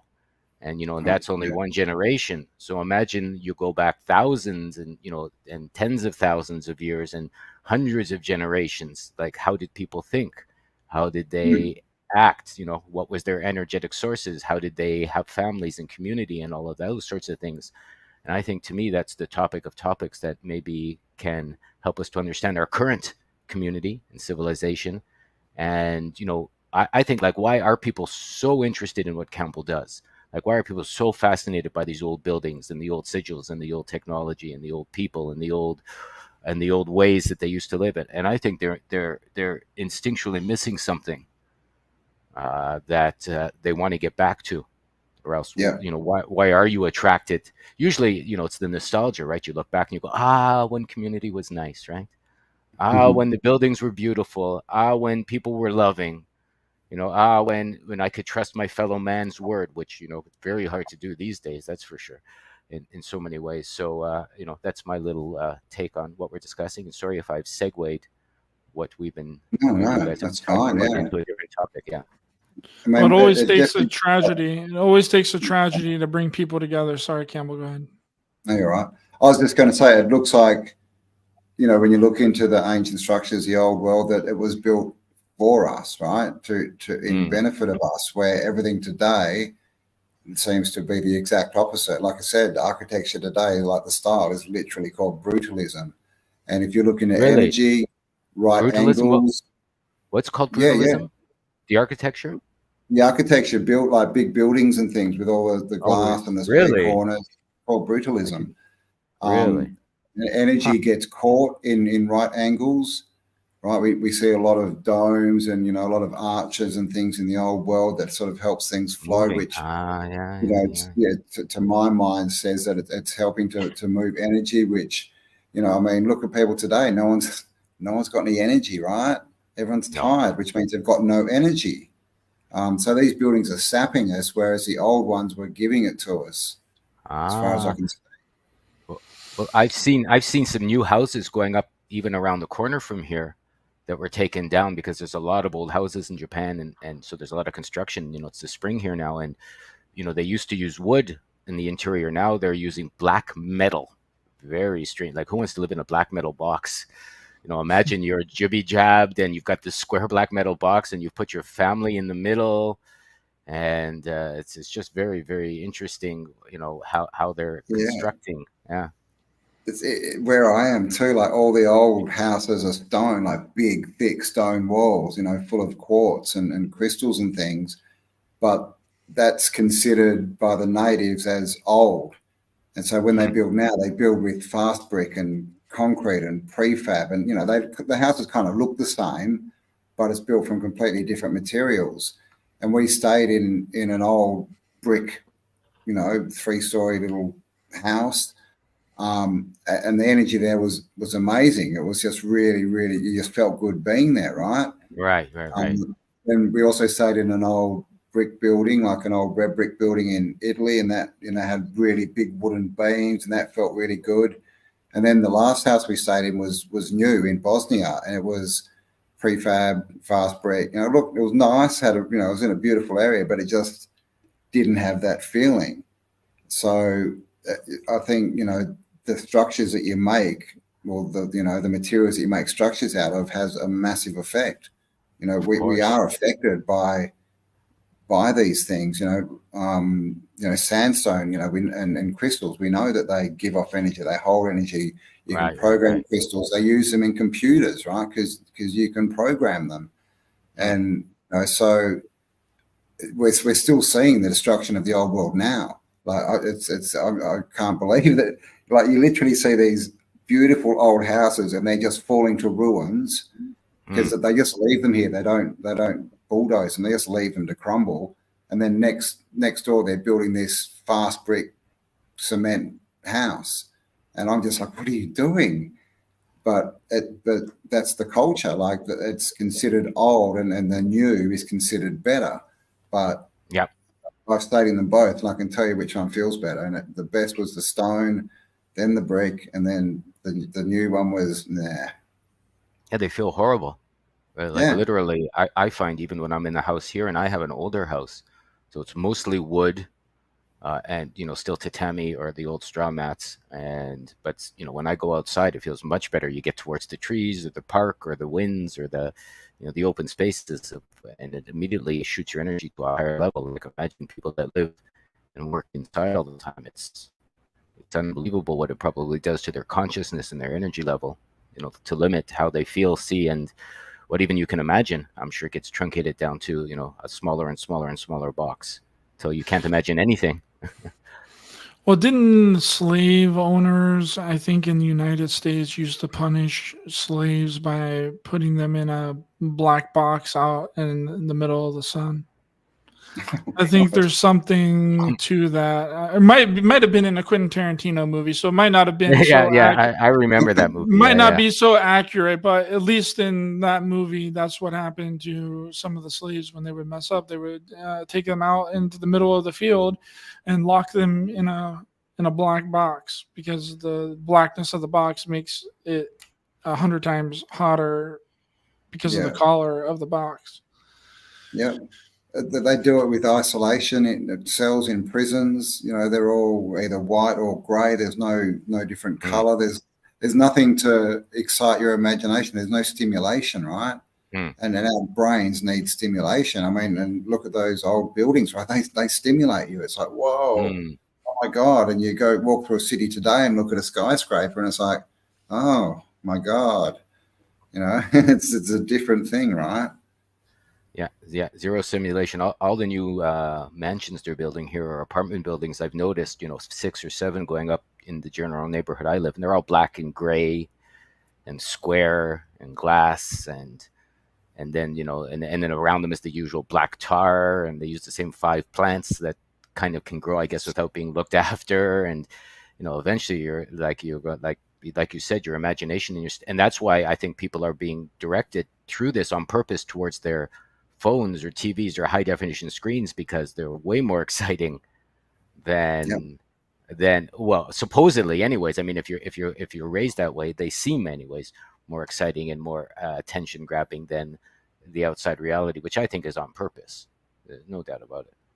It's a good point, for sure. Well, that's what we were talking about earlier. It seems like the creativity of some of these structures and the architecture has just been zapped out of the population pretty much everywhere. I don't think anywhere in the world we are building the types of structures and the types of things that are still around. Like, why have we not taken up some of those architectural wonders? Like, why does nobody want to create buildings like that were being built like back in the day? Is it because we don't know how to build them? I don't buy that. I don't. No, I don't think so. Normally, at all. whenever people, really lock on to something and they're like, I'm going to figure this out. We're going to do it. We're going to build some amazing architecture. We're going to make this long lasting, then they normally figure it out. That's like an amazing human capability. We can figure anything out if we put our mind to it, but nobody is doing that. Why is nobody trying to replicate any of these old architectural wonders? I think it's obvious why. Because the means of control and the means of production and the means of construction are all in control of the same 8 or 9 families, which are being run by the people that don't want that to happen for various reasons. And you could go back to the aliens and the abduction and the control, and it's obvious that the jabs over the last 4 years was not about being sick. Was not about Let's calm down. Let's calm down on jab talk. Yeah. Okay. You cannot be bringing that up, Lorenzo. Calm down. Well, let's say it's obvious that the structures over the last 4 years was not for any health reasons. Let's put it that way then. Okay, we'll calm down on the talk. I'm just going about the fact that it's to answer the questions. I think you have to look at the big picture, and the big picture is like it would take a lot of resources to build a building like the ones Campbell was showing earlier in, obviously. And where are you going to find the workforce, the people, the construction materials, the know-how, the knowledge, and the technology to do that, and the licensing, all the things that are required, the land that you would need, and all of those are probably all locked up by let's say energies that don't want that to happen. That would be my answer to your question. I'll keep it simple. I'd say the motivation's not there, right? Because they're not motivated to build things for the people, that are going to last forever, that are going to, benefit the population, the general population, because a lot of the, what we do know about all these, ruling families is they live in those types of buildings, don't they? They love the beauty, they love all that stuff, right? But we're not allowed to have it. And to the point where they've gone and knocked all these buildings over and replace them with car parks so that we can go to work and park our cars. So I think the motivation's not there in many ways, right? They don't want to spend the money, they don't want to spend the time, they don't want to have those kind of buildings out, because clearly if they wanted them, they wouldn't have gone and destroyed them all, right? If they wanted, but that's what we see through all the wars, the destroying, all these cities throughout Europe, with full of amazing old, buildings, similar to the ones we just saw. They just bomb them into rubble, and then they rebuild this, blocks of apartments, which is another thing I've noticed. Because where I am now, obviously that there was communism, and what communism did is it brought in apartments. There was no apartment buildings here. Communism. Everyone lived in a nice house. They had their land. Everyone had lots of kids. They had fresh fruit, food, water. And then communism came in, and they sold the story that come and get a job in the city, live in an apartment, get a factory, and you can have stuff. You can have possessions. You can have enough possessions to possess you, right? But well, I mean, yeah, it's just really interesting. Out of all the people in the world, no one is wanting to replicate anything from older previous civilizations. I mean, what about people that were trying to, build, they were building things on top of other buildings? I mean, there's several pyramids around the world that seem like duplicates or like replicas of the original pyramid. So it would seem like that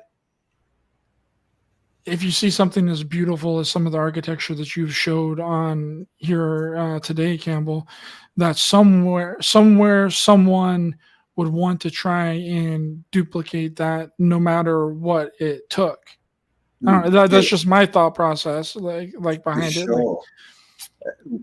Again, where I am now, that is happening, not on a large scale, but there's people out there doing it, making these amazing houses with all these amazing wood carved doors and, facade, like just incredible stuff. But it's been made so expensive that it's not, the average person can't do it, right? Because why? Because they've got to go to work and they don't have the skills. But so it's definitely, it's at least made hard for people to do that, and it's not encouraged.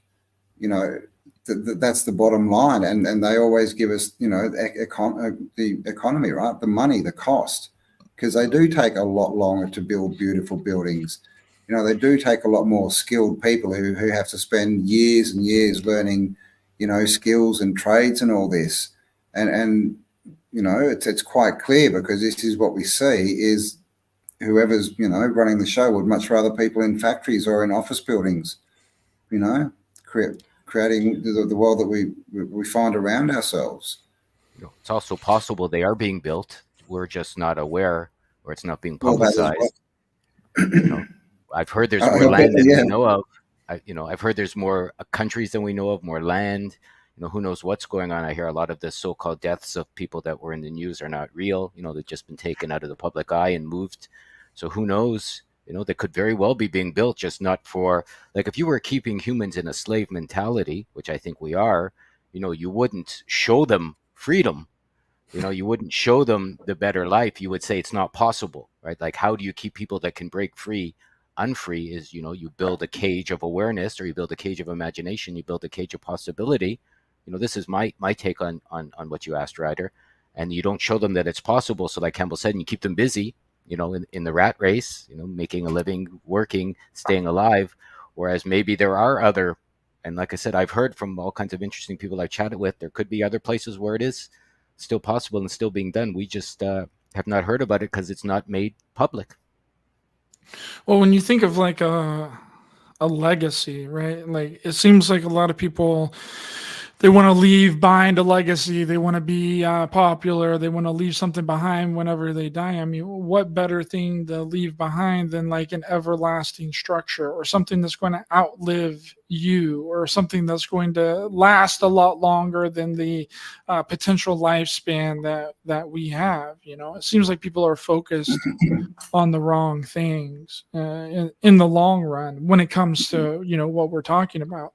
Seems like they're more focused on themselves and gaining you know, popularity and gaining material possessions and money and stuff like that, instead of, you know, trying to create something that's going to outlast them so that their memory survives. Because that's what a lot of people I feel fear about death, is that they're going to be forgotten. Well, the way that you would never be forgotten is to build something that will outlive you. That's what we say. That's what the ancients were doing, right? With especially with pyramids, like we still have these structures everywhere that they don't that they were built forever, just like these old world structures. I mean, you know, some of these places when they've tried to knock them down, like the original Penn Station in New York, like it had like something like 10-foot thick walls, and they had to create new machinery just to knock this building over. Which, you know, just that one story tells you that they're destroying it because they want to destroy it.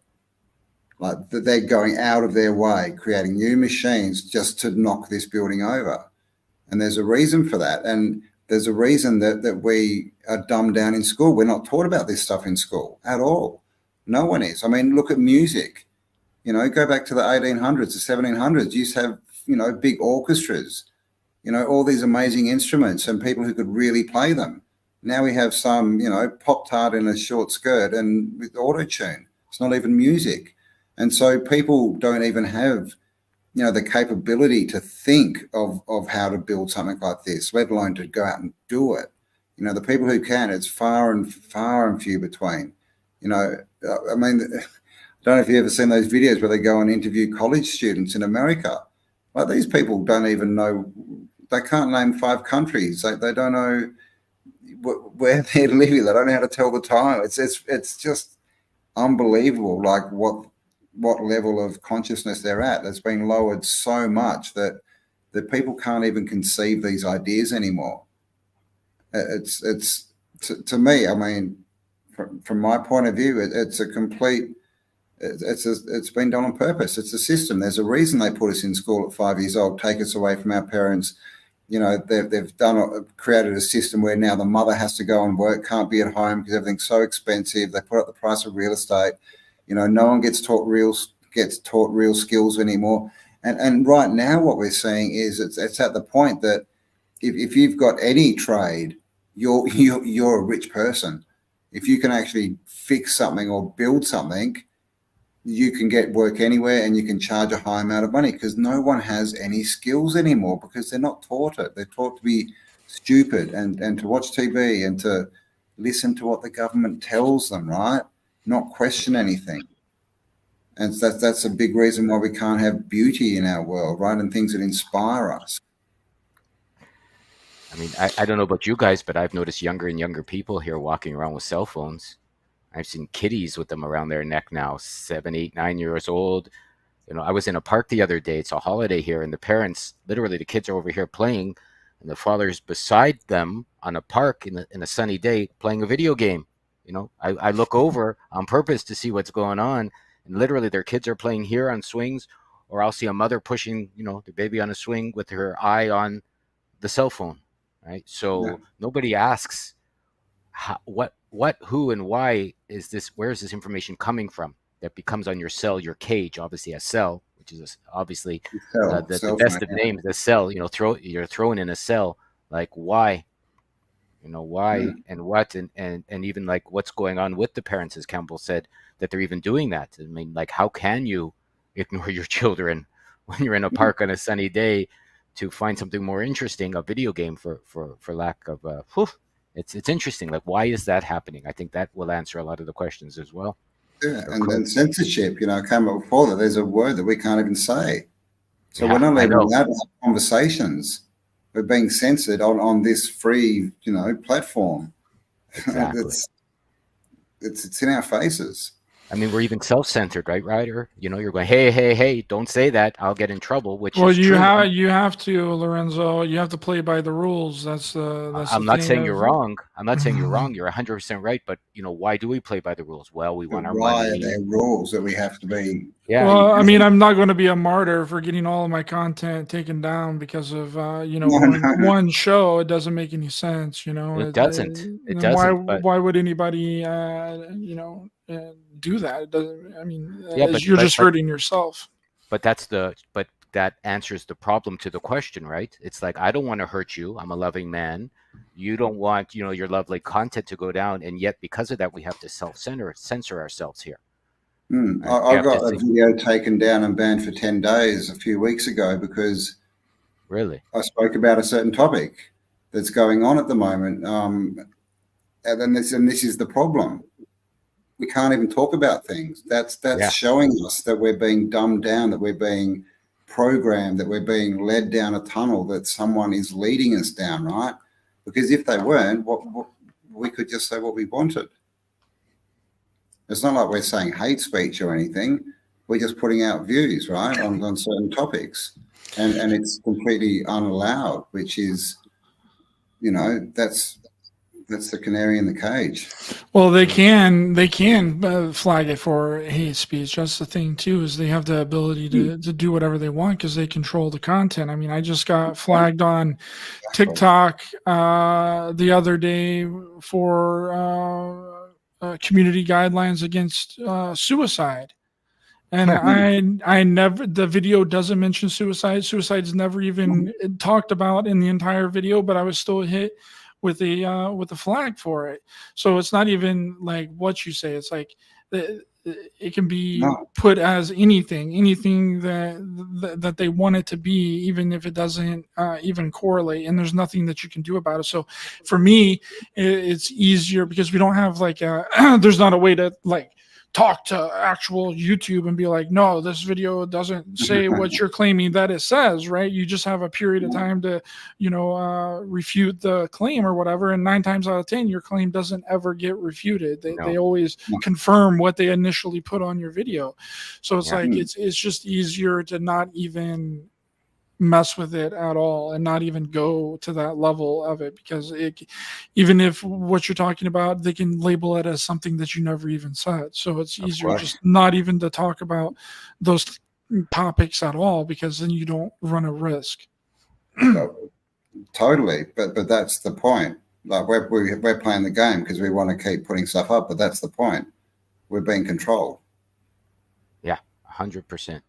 I mean, let's even consider, what is YouTube? Who has the technology? I mean, consider videos as many as you want, as long as you want, from as many people as you want, that can be played as many times as you want, on demand. I mean, the technology, if you even consider, boggles the mind. I don't even think YouTube is what they say it is, and where it's coming from. Like, who? Well, has it's that all kind ran by AI. All of it's ran by AI. No, the AI is just another word for the all-seeing eye, or the alien intelligence, in my opinion. Like, what does AI mean? Like, somebody made it, if you like. It still had to be created by an intelligence. So there's no such thing as artificial intelligence. Those things don't even really work together. There's algorithms, but intelligence can't be artificial. It could be non-human, let's say. It can be binary, if you like. It could be a different kind of intelligence than we're used to, but in my opinion, it can't be artificial. If it's really intelligent, or it's mislabeled, something is alive somehow, some way, doing something. And again, that's the canary in the cage of what we're talking about. It's like, if you can't talk about a certain topic with as many people as you want, at least in this venue, you're not free. Like, we're not free in this window to do whatever we want, obviously. I mean, that's a given. And again, well, regardless if it's artificial intelligence or not artificial intelligence, I guess you could boil it down to a computer program. A computer program essentially runs YouTube, runs Facebook, runs Instagram, runs all of these social media platforms. I mean, shoot, you can barely call somebody in your bank and talk to a human being. You really don't anymore. You talk to a freaking operator. You don't even really talk to people anymore. You're pressing buttons for hours just to try and get to talk to somebody. I mean, they've really cut down human beings to really operate any of this stuff because they don't want to pay human beings to do it. I mean, look at grocery stores. Grocery stores hardly have anyone employed. None of the checkout lines have human beings checking you out. It's all self-checkout. Right, so it's going to come to the point. You got the Amazon shop in California where there's nobody working there. You just walk in, grab your food, walk out. It automatically charges your card. Right, so they're trying to remove human beings from the equation, and I think eventually, which is just conjecture and hyperbole. There's not any proof. It's just my theory personally. I think eventually, we're going to be walking into stores and shops, and no human beings are going to be working there. Yeah, but why? Right? They're just not. We're going to walk in, grab the stuff, walk out, and it's going to automatically be charged, or we're going to self check ourselves out. But why? And who is they? I don't think it has anything to do with money, Ryder, because they make the money. So I think that's the trick. They've got all the money. That's the thing. I think they trick everyone. They make the money. They've got all the money. So saying we're trying to save $10 so we have less employees, I think that's the trick that people understand. Is going, okay, I understand it, but I don't feel that that's the honest truth as far as what's really going on. Again, if you who are they and why are they doing that? That's such they said to save money, but to me that's a BS answer, in my opinion. Well, when humans are involved, there becomes problems along with humans. Humans create issues, humans create problems. So if it's not money, then it has something to do with the human being itself, right? Yeah, if you have who's making the systems, Ryder? Who's making the systems, right? That you say it's a system. It's really weird where people will trust a computer. So computer doesn't make mistakes. Humans make mistakes, right? The system doesn't make, and I've seen a million times where the system makes mistakes, but who's making the system? Who are the people that are doing the programming? Nobody asked these questions. I agree with you. There's problems with humans, but also there's love with humans, right? There's also someone that will maybe bend the rules because you need the rules bent for you, so to speak. If you're working with a real person, that's okay. You don't have these $5. Your family needs to eat. It's okay, right? Or that's okay. You need to return this, even though the rules say no, because the quality isn't any good. So a loving person may bend the rules, whereas a computer will have an algorithm that gets followed. And again, I think that's another trick, right? Or personally, there's no problems. Well, there's a different set of problems, without humans, and it's the love is taken out of the equation, right? Right. I'm not trying to justify what they're doing at all. I'm just saying that is what I personally believe is going to happen, is that eventually humans are going to be taken out of the equation. And I don't think the question really belongs to who. It just is that's just it just is. That's just what's going to happen eventually in the future, that humans are going to be replaced by a new human, and a human 2.0. I think the who is the most important. Yeah.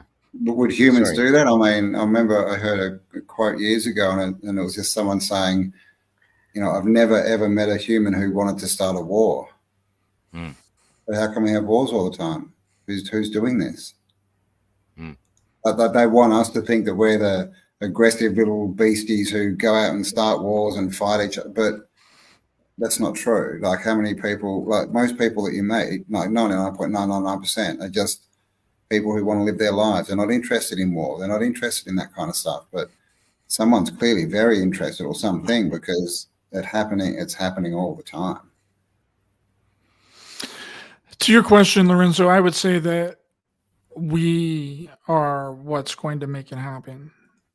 It's not an outside force. It's going to be us. It's going to be us that pushes us in this direction. Well, we're doing it, but who's censoring these platforms and why? Like, why are some of these topics not being allowed to be shared? You know, like why? Why? Like people don't ask why enough. I got in trouble at school. I got kicked out of school. My parents got very angry with me because when I was a little boy, I always go, why? Like, why is God doing this? And why do I have to do this in school? And why do I have to do what you're not doing? And why should I listen to be how to be happy when you're not happy? Why? And I never got the answers I liked. I have to figure them out for myself, or I had to find alternative sources of information. I was lucky enough to do that at the time. But, so why would a human, okay, to answer your question, make a life that's so unhappy for other humans? If you think it's not an alien intelligence, like, would you do that? Like Campbell said, would a normal human, I've never met anyone either that wants to start a war or wants to hurt someone. I've never met anyone that wants to be violent unless they're threatened, let's say. I've never met any of these sorts of people that, like, would you go out and, do violence to someone across the world just because? Like, it's like untenable, unthinkable for me to do something like that, to go to a war, to start something like this. I can't even imagine for any reason wanting to, other than maybe they're threatening you and your life is on the line, let's say. Well, humans have survival instincts. Like they will, especially when alcohol gets involved, drugs get involved. Like people are wild people. I mean, just look at the prison complex. Look at the incarceration rate. Like go into a prison and say that you never seen anybody just hit somebody or knock somebody out or stab somebody for apparently no reason from just looking at it. I think that we are animal instinct type of creatures. Now, what would get that animal instinct survival type of feeling out of human beings, I think is the most important questions, because we are animals. No, I disagree 100%. I don't believe we are. I don't believe in evolution. Me neither. I think like you have to ask why there's prisons, why people are in prison, why there's rules that made them violent.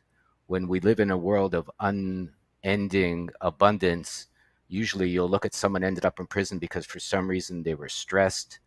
They were stressed about their intelligence. They were stressed about their food. They were stressed about their living conditions. They were stressed for whatever, with drugs, as you say, and alcohol. Yeah, it's been pushed on people 100% over the last couple hundred years for sure. That's a huge thing.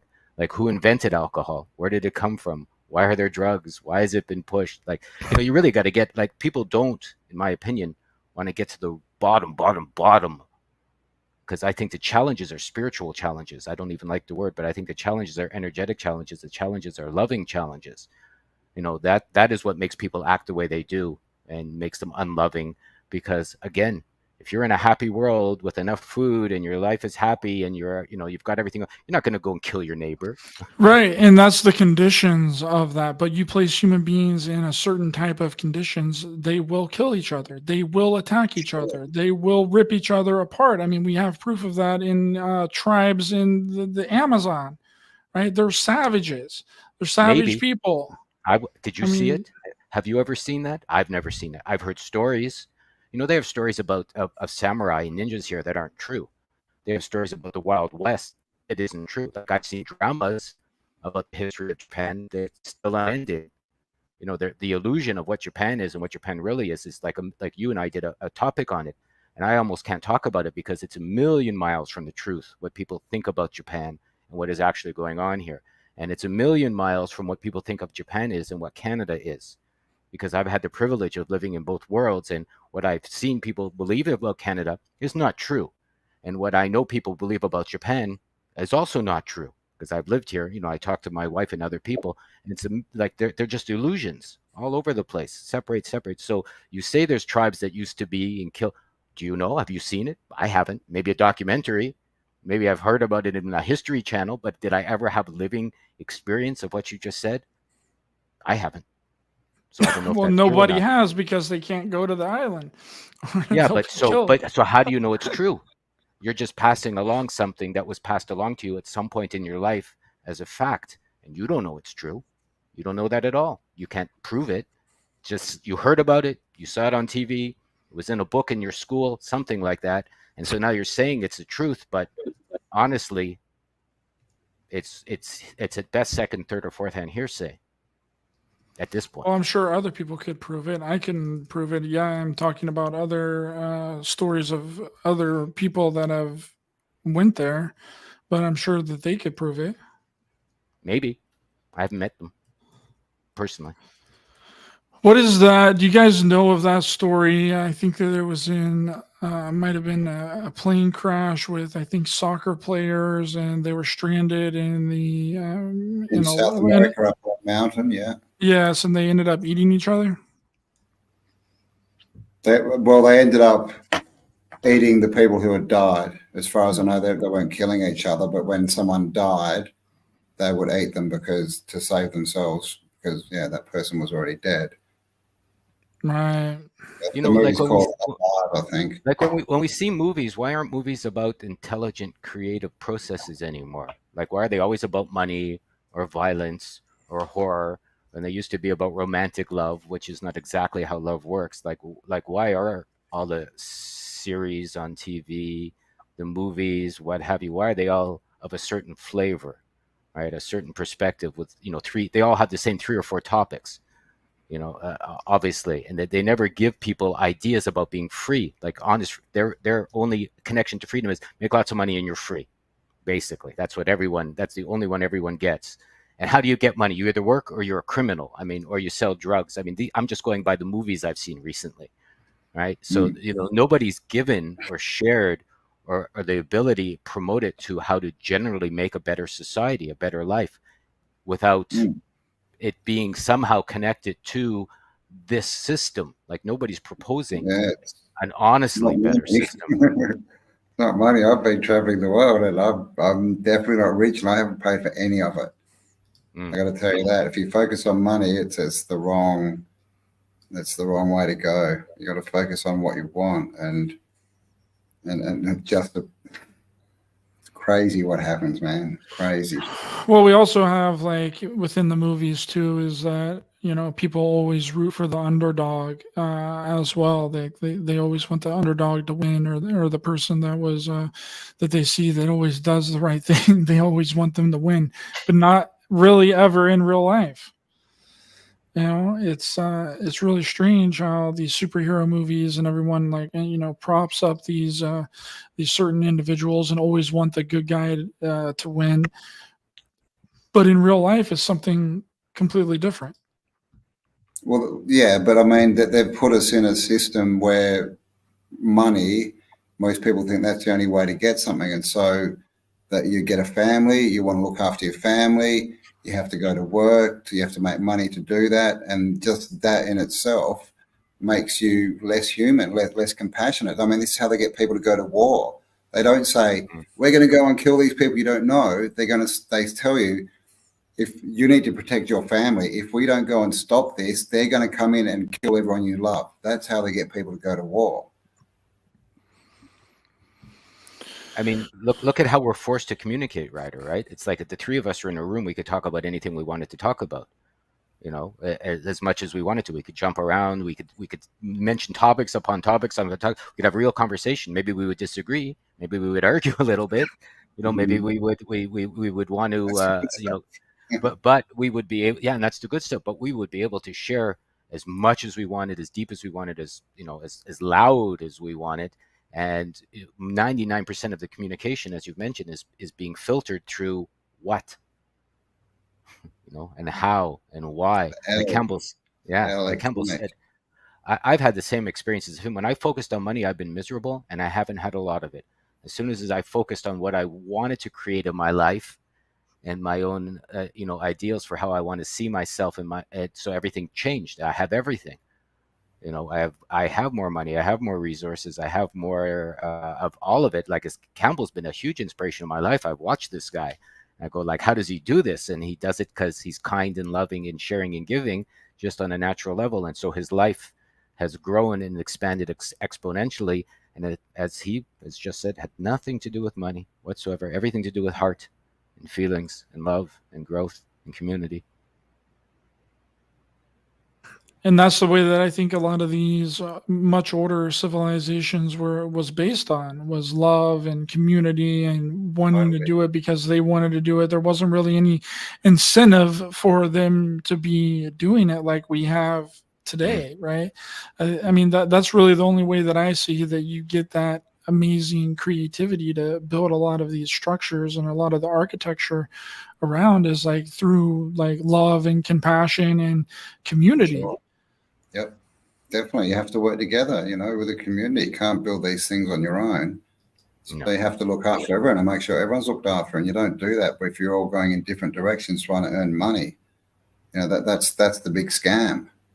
And it's like you don't need money to do stuff. I mean, it's in our society, it's got to come from somewhere, but that doesn't mean that it's got to be you who goes out and earns the money to then pay for the thing you want. Like money can come from anywhere. And it does, believe me. It just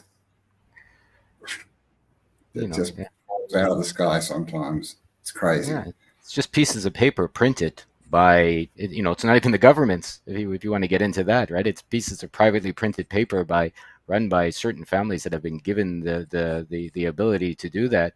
Like governments don't need to borrow to buy things, right? They have everything, right? The United States, if you like, owns the entire United States. Canada owns the entire country of Canada. Japan owns all the resources. They borrow money from these like unnamed, corporations to do things when they don't have to, right? It's obvious, that it's something else is going on. Something very nefarious is controlling a system that's allowing people, like, why are they going towards the digital enslavement of things now, if you like, right? Bitcoin or cryptocurrency. I mean, that's an obvious one. Currency from the dead, Bitcoin, little bits, of a coin. It's like, that doesn't mean anything. It's like you can't even hold it in your hand, and supposedly they're telling you it's safe. It's like, to me, it's an interesting perspective on what's happening as a non-human square ass way of doing energy, as Campbell said, like the uncomfortableness. Like, why are people building these horrible buildings now instead of the beautiful ones that we used to see?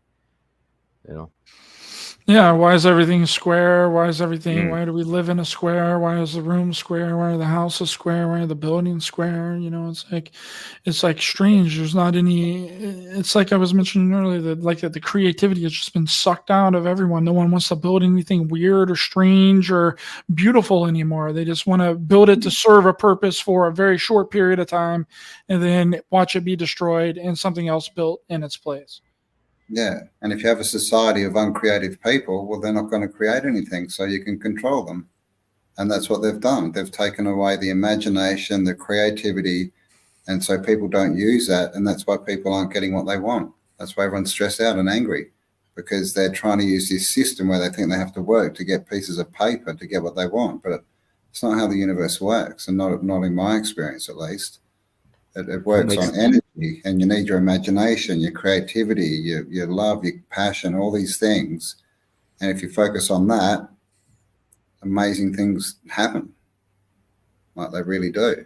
Like, I mean, shit, I'm traveling through Europe, man. I'm in my 5th country. And like I said, I definitely didn't go to work and save up money and I need this much money for my trip and blah, blah, blah.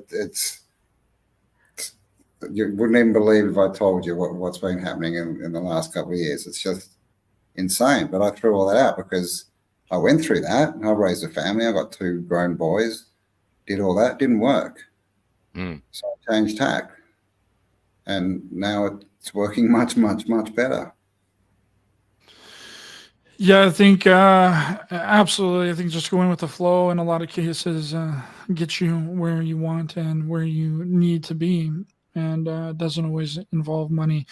I think it's time to wrap up today's chat. I really appreciate you 2 gentlemen. Wow. We've been sorry you didn't get on here for very long, Lorenzo. I tried to get a hold of you earlier to get you on, but I'm glad you got on at the last. I mean, 30, it just goes to show you, right? It just goes to show you have to be flexible. You have to be ready for change, and most people aren't. You have to be, you have to have the ability to let anything happen without following a clock or a timeline or a schedule or the rules in order for the best of life to become. Campbell's not a rule follower. Campbell's not a time follower. Again, I'll put him up as an example because he's still, from all the people I've met, the best of men I've come across.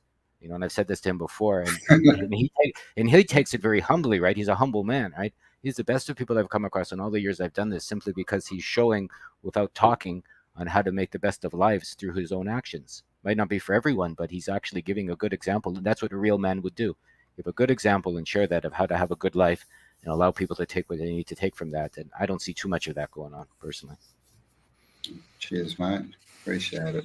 Absolutely. And thank you, Ryder, for being flexible. And, it was supposed to be at 12, so you've come on a couple of hours later, so I appreciate all that. Yeah. Thanks for inviting me. I appreciate that and taking the time to set this up, Ryder. It is appreciated.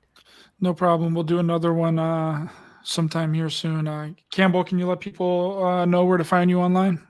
Yes. Autodidactic. Just put that in, AUTODIDACTIC.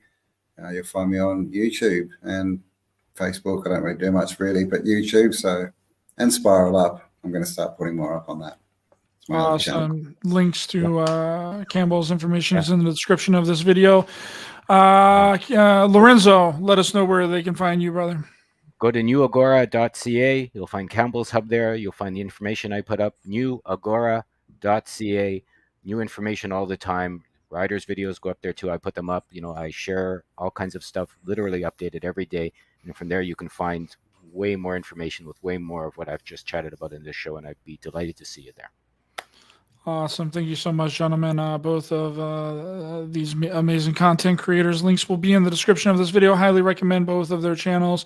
Thanks, everyone in the chat. Really appreciate you guys. Squirrel Sniper, Hippie Shake, good to see you guys. Sam, whole lot of media, Dave, and everyone else that has been in the chat and contributed to the conversation. Really appreciate you guys. Please be sure to hit the thumbs up button to help the channel in the algorithm. Share, subscribe, hit the bell icon as well for notifications. And we will see you guys next time. Gentlemen, stay with me.